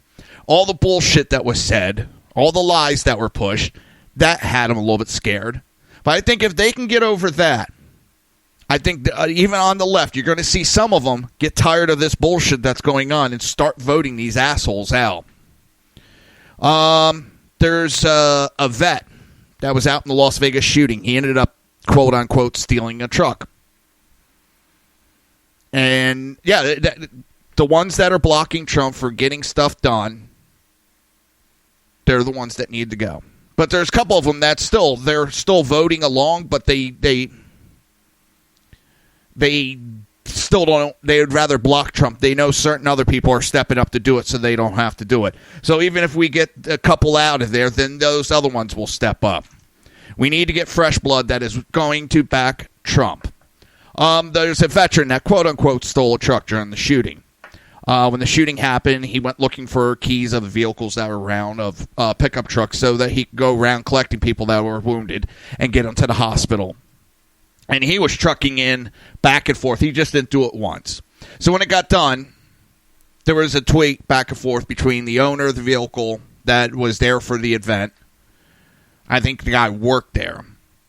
And this vet. And the guy said just, hey, where are my keys? The vet said, hey, I have them on you. Basically said, hey, if you want to prosecute me, I understand. I'm not going to fight it. Yada, yada, yada. I want to get your truck clean. There's a lot of blood in it. And the owner said, no, I don't want to press charges. Just we'd like to get the keys back so we can get it cleaned and get it back in service. And the owner was great about it. Just never a negative thing. So there's a Ford dealership. B5 Motors, a car dealership in Gilbert, Arizona.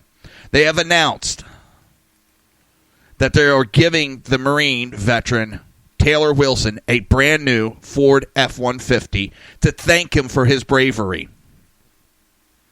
You know, if we have more companies, I know it sounds stupid, I'm actually getting a little choked up here from it.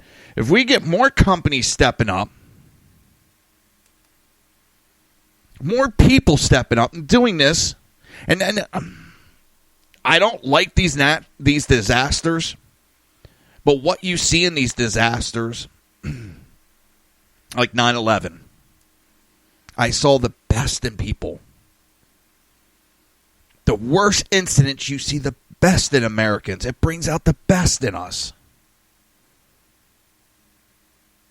Then afterwards, you always have the assholes coming along trying to fuck up the situation. But during the event, you have the best of the best come out in people. And same thing with this Las Vegas shooting. You saw some of the best in the American come out. Americans that were running to the gunfire and getting people out and then going right back into it. Totally disregarding their own lives to help fellow Americans. And I know the left is trying to squash these as much as they can because it does not help them. There was whites, blacks, browns. Same thing with Hurricane Harvey, Irma, all the hurricanes that happened. Americans came together to help fellow Americans.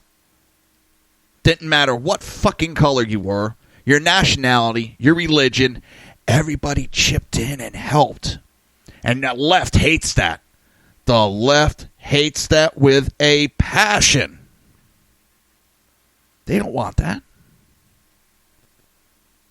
Because that fucks up their whole work that they've been doing to separate us. And it shows just how great America really is. And how Americans really feel about each other. And we need to see more of that and less of the liberal bullshit. Think of how great we would be doing right now if we didn't have all this bullshit going on. If we had old-time politics, and by that I mean Democrats weren't just out to oppose Donald Trump. Doesn't mean they have to go along and agree. But if they weren't trying to just oppose. Imagine if the Republicans were working with Democrats and compromising. Okay, you give up this, we'll give up this. Well, you really want to get this through? We're willing to give this up. Compromise is both parties go to the table and both parties walk away unhappy. That's a true compromise. And that's what we need out of our politicians. But all they worry about anymore is how is this going to help my reelection and how is it going to put money in my pockets? Too many of these guys and girls have ownership in companies. And it's getting tiresome. They look out for themselves and then themselves only. Not even their people that their constituents. I could understand if they were even doing what was best for what their constituents want. I could understand that. If even a Republican got elected, but his base wanted a liberal policy, and you could actually prove that's what his base, his constituents want, and that's what he stood up for, I can understand that. Because that's what they're there for. They're not there to push their ideas. They are there to be the representative of what the people want. Not what they want, what the people want. And we need to get more politicians to get in office to do that. All right. You're listening to the Reaver of Common Sense right here on SHR Media and LoneStarNews.com. And we will be right back.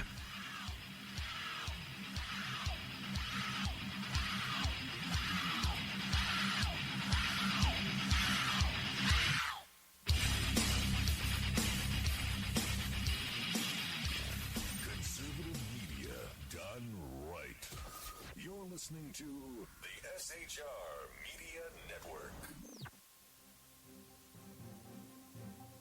Breaking news. According to the latest report coming out of SHR Media, a merchandise store to support both the Reaver of Common Sense and SHR Media has just been unleashed to the general public. Be forewarned that this site can be contagious and numerous items can be purchased to support the best news programming. Go to Reaver.one website and click on the store link to check out the merchandise.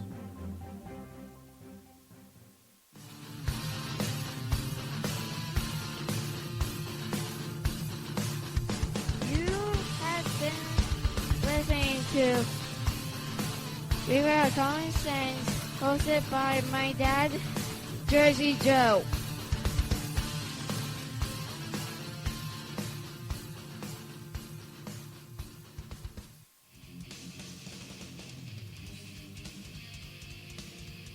Beware, the Jersey Takeover is here. Every Monday through Friday, 9 p.m. to 11 p.m. Eastern Standard Time, you can catch Reaver of Common Sense show hosted by Jersey Joe right here on shrmedia.com. Only Jersey can deliver hell like no one else. So consider this your fair warning.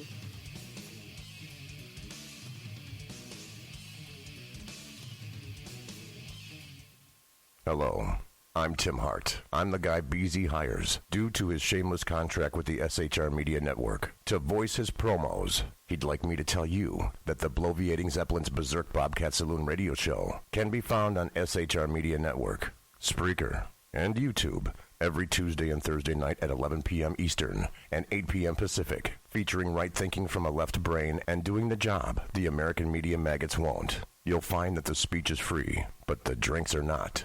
There, in the saloon, just when safety pin manufacturers are running out of metal for the diapers of the leftists, BZ is sending his personal drones of freedom into the wheelhouses and ossicles of lovers of sovereignty and liberty nationally and globally.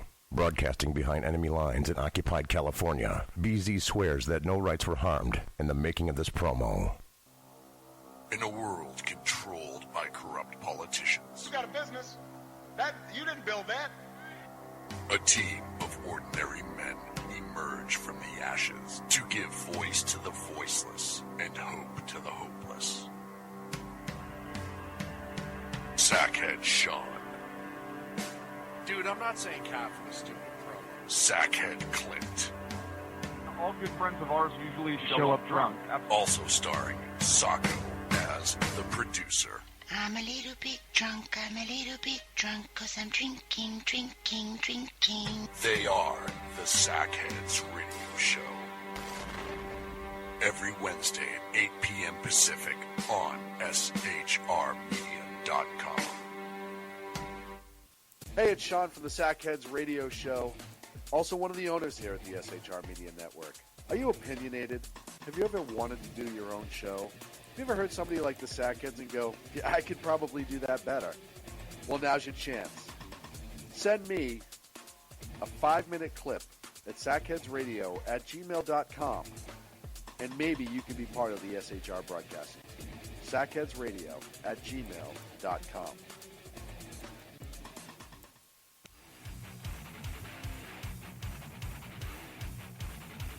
This is Jersey Joe, host of the Reaver of Common Sense, and you're listening to shrmedia.com.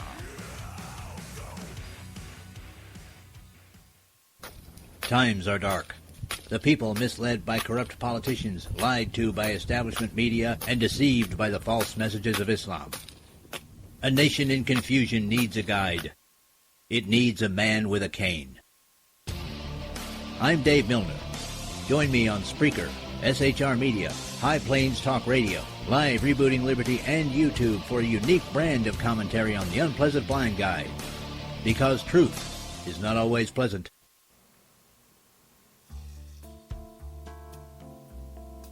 Human by race, Christian by faith, American by nationality, and conservative by choice. Reverend Ralph J. Chittum Sr. is the right guy on SHR Media from 8:05 to 9 p.m. Monday through Friday. And if on the rare occasion I am ever wrong, I will still always be right. The right guy on SHR Media.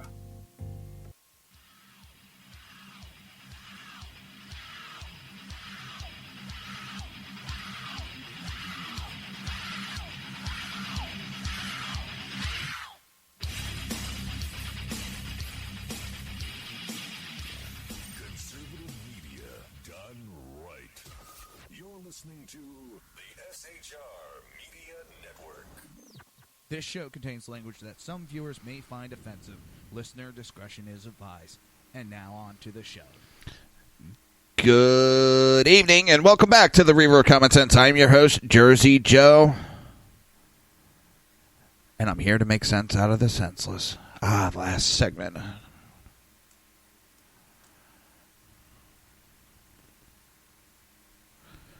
Yeah, that's got to be. That's got to hurt a little bit. Let me tell you, and I said it a little bit earlier, I want to thank Jenna. I want to thank BZ. I want to thank Dave, the unpleasant blind guy. I want to thank you guys. When you guys are in the chat room, it actually makes a big difference. And I was talking to Sackhead Sean about this. It makes a big difference when you're talking, when you have people in the chat room. You know, actually feels like I'm talking to somebody there, and the interaction going back and forth, it helps the show a lot more. So I really appreciate when you guys are here. I really do.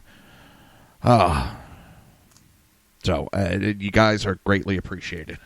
So just remember, bada boom, realest guy in the room. I've been watching too much WWE. BC, that's exactly what I just said. It makes a huge difference. You guys make a huge difference because when you guys aren't here in chat, it sometimes feels like I'm talking to myself. I see my numbers. I know I have people listening, and I appreciate everybody that's listening. But when they're in the chat rooms and you're interacting, it just gives this better feeling. So jump in the chat room, people. You just go to SHR Media. You know, click on... oh, God, let me pull it up. So I don't like giving out misinformation. So let me make sure it's right at the top of the page, too.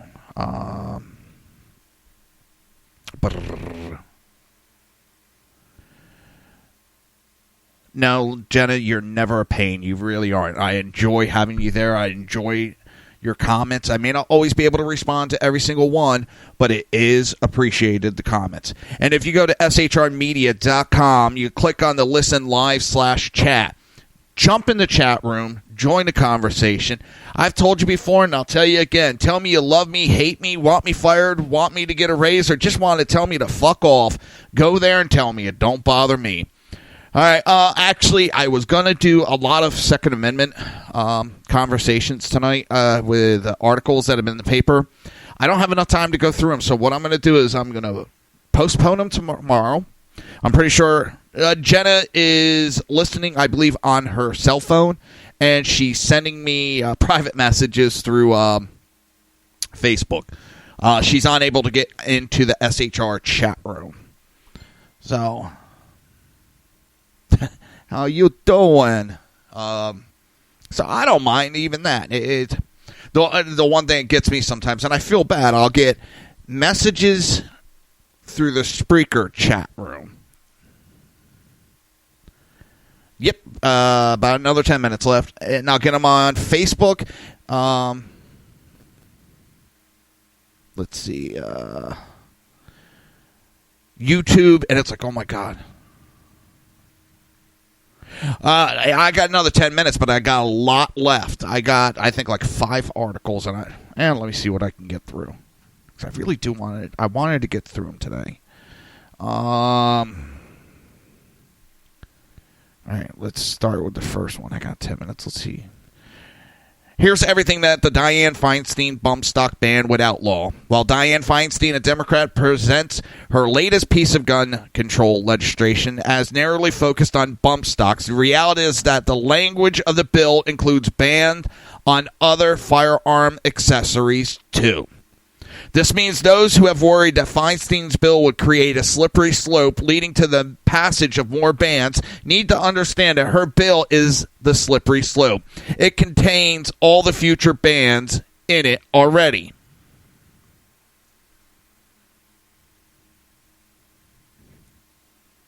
Exactly, and I've missed chats, BZ. I've missed comments that are made because I've seen one like one day in YouTube, then I've seen it another day in the speaker chat room, and just all over the place. It's like, son of a bitch. All right, October 8th, it was reported that Feinstein admitted no law would have stopped the Vegas attacker, and I got that article coming out. But then she said, we need a law to ban bump stock, and described her bill as a simple piece of 2-page legislation written in clear English and narrowly focused on bump stocks. And as much as I don't care about the bump stocks, they're more a novelty item than anything.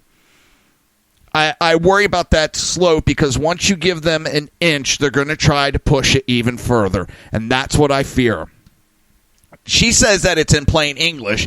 The language of her bill is anything but narrow. In fact, the bill, the Automatic Gunfire Prevention Act bill, bans accessories that is designed or functions to accelerate the rate of fire of a semi-automatic rifle, but not convert the semi-automatic rifle into a machine gun.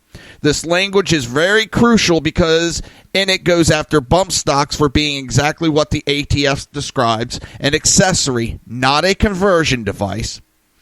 Which, what about if I put a trigger on and I adjust the pounds on it so that I could shoot it quicker?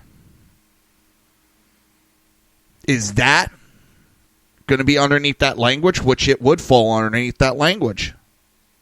So it's the language in it allows for further bans down the road. But this, in other words, the semi-automatic firearm with a bump stock is still a semi-automatic firearm. It only fires 1 round per each pull of the trigger, period. Yet Feinstein wants to ban them, and because she has to focus her ban on accessories, it means the ban is broad enough that it already includes numerous other devices that do not convert semi-automatics into automatics either. Her legislation explicitly lists a trigger crank as something that would be banned as well. Did the Vegas attacker use a trigger crank? No, he did not. Yet it would be banned because Feinstein wants to ban any accessory that allows the gun owner to accelerate the rate of fire of a semi-automatic rifle, but not convert the semi-automatic rifle into a machine gun. Well, I was talking to my dad about this, and I turned around. I said, Dad, I don't really care about these bump stocks. But he agreed that, one step leads into another. But he said there's really no reason for anybody to own, which I agree. There's no real reason to own one, besides I want one. But like I told him, a piece of plastic and a rubber band, you could basically make this at home. He's like, oh, I didn't know that. I was like, yeah, it's a real simple device that you could build at home and put it on your gun. He goes, so it's going to be hard to really enforce. I said, basically. And then I explained how it's not that reliable, and this guy got lucky with what he did. The language of a bill would include bans on other devices, bans that are only implicit at this point.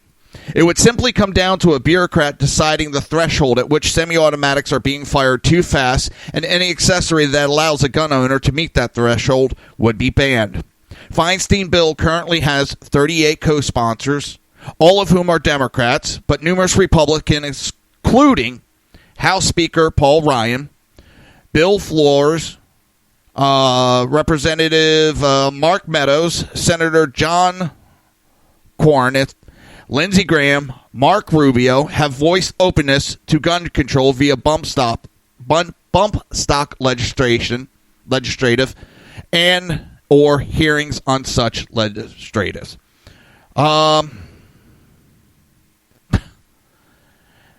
And, of course, there's Sunday on NBC's Meet the Press discussing the Las Vegas shooting. Senator Dianne Feinstein said she was not sure there were any sets of laws that could have prevented the Las Vegas tragedy. Todd the douchebag asked, let me ask you this. Give me the slate of laws that you could wave your wand and have enacted that could have prevented Vegas. Feinstein, well, I don't know. I would have to take a good look at that and really study it. I'm not sure there is any sets of law that could have prevented it. I do know this, that we have a Second Amendment. There's been a difference over its interpretation by the court, the High Court. Nonetheless, the High Court has held and possession of firearms is legal under the Second Amendment. She gets into a bunch of other shit and whatever, but she made the same thing, or the exact point. She can't think of any laws that would have stopped it. Oh, shit. Whoops. Because, let me tell you, murder is already against the law. The guy murdered people. If he's going to murder people knowing it's against the law, do you think by saying you can't use a bump stock is going to stop a criminal from committing his heinous acts? Do you think making any type of law that says don't use this weapon is going to stop him from going, well, you know, this weapon's against the law, so I'm not going to go out and commit this crime now? Bullshit. They're going to find another way to do it. I mean, it goes perfect. I've played it before, and it's hard to play it over radio. Search for, on YouTube, Matt Best. M-A-T-T, Best. B-E-S-T. Hard to be a law-abiding criminal. And the basis of it is 3 criminals break into his house carrying all types of different firearms to rob his house. He walks into the kitchen, they pull their guns. And he points out that those guns are banned underneath California law. And they're like, oh, shit, sorry. So they pull out a different stat.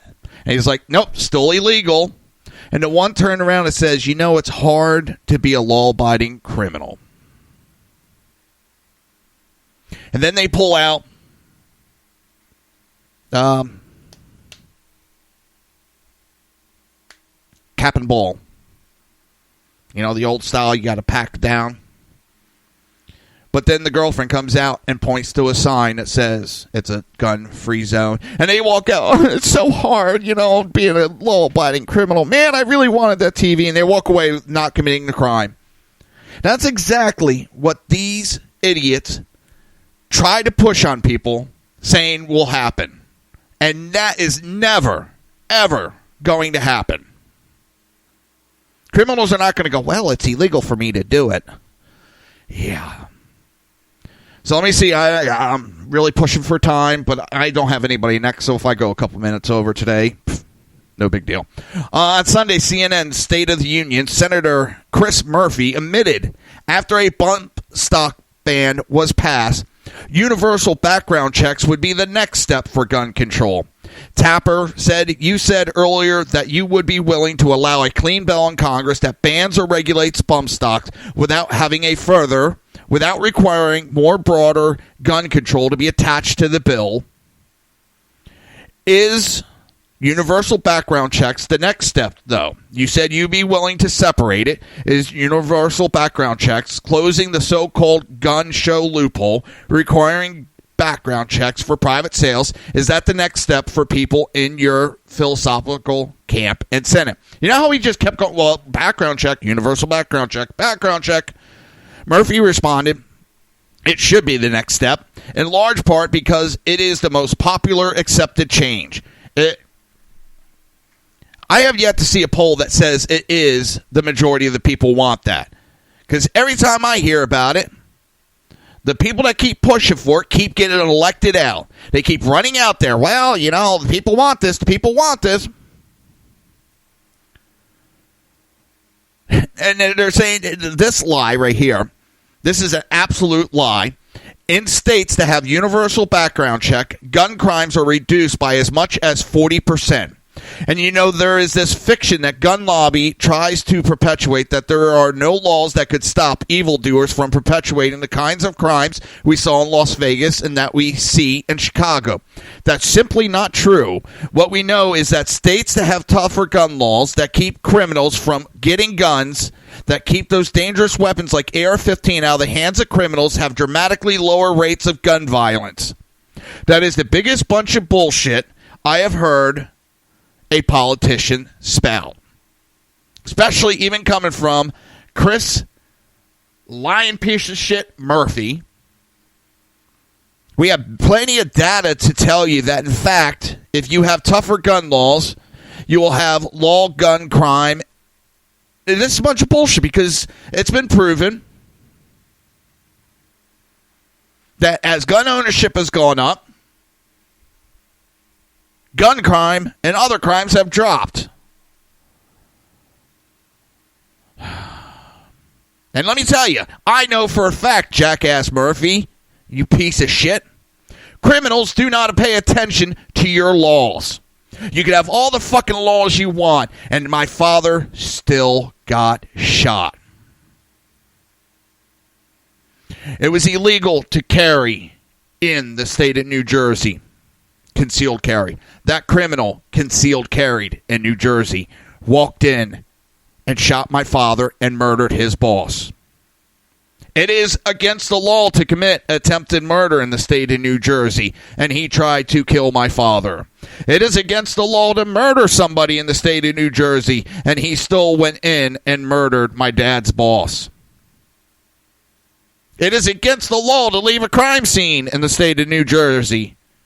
He walked away from a crime scene and disappeared, never to be found again. So this dumbass politician can live in whatever fantasy world he wants to live in. I know in reality, criminals are never, ever, ever listen to the law. They will never listen to a goddamn law because that's why they are criminals. And they hate me when I talk to them because I ask them, how did banning law-abiding citizens from concealed carrying, how did that save my dad that day? Please, someone explain it to me.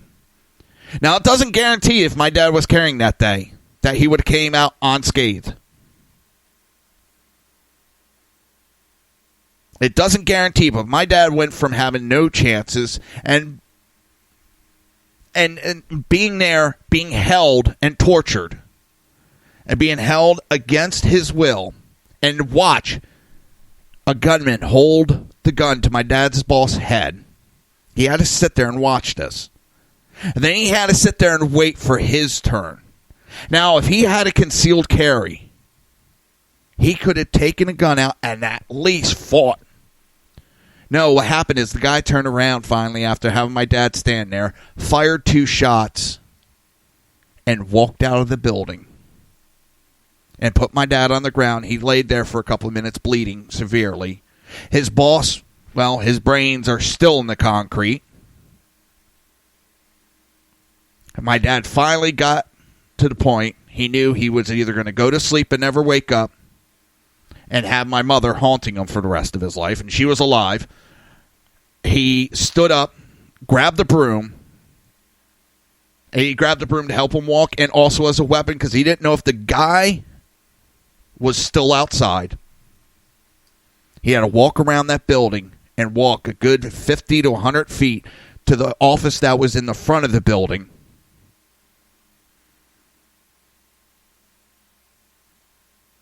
And he had to walk with that fear, knowing any moment that guy could pop out.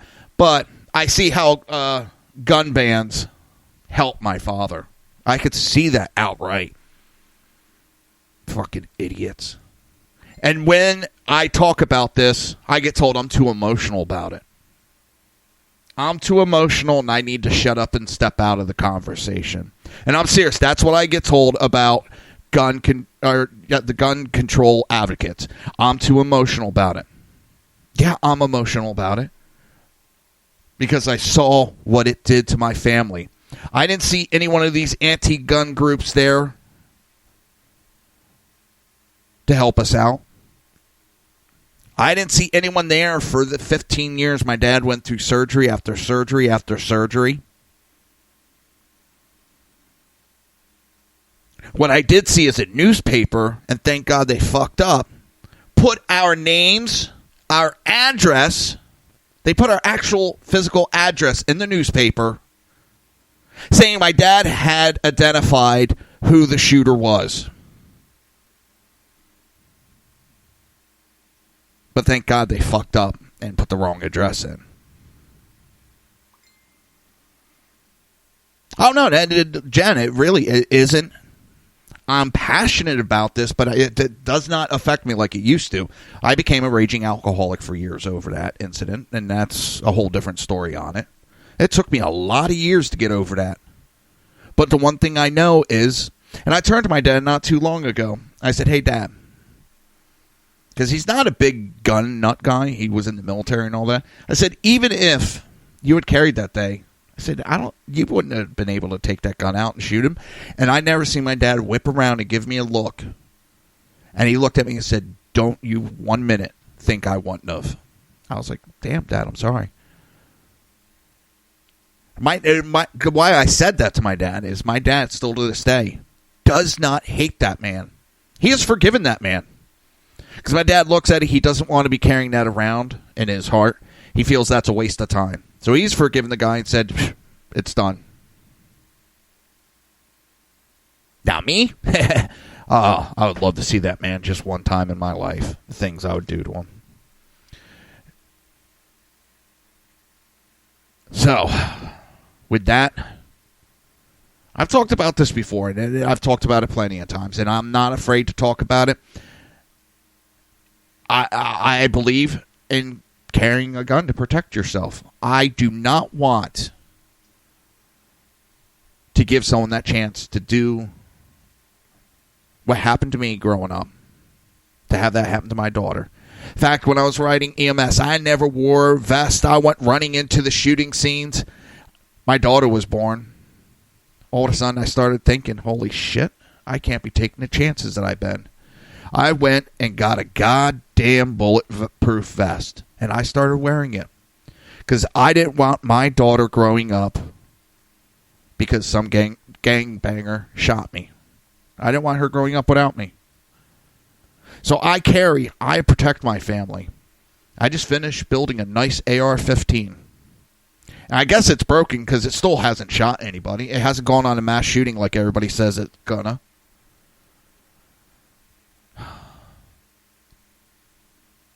But it's got to be broken because it sits in the proper place and hasn't gone nuts.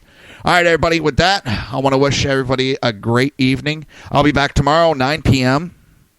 for the Reaver of Common Sense right here on SHR Media and Lone Star News Radio. Everybody have a great night. You've been listening to the Reaver of Common Sense with its host, Jersey Joe. You can tune in every day, Monday through Friday, 11 a.m. to 1 p.m. Eastern Standard Time, right here on hppundit.com and shrmedia.com.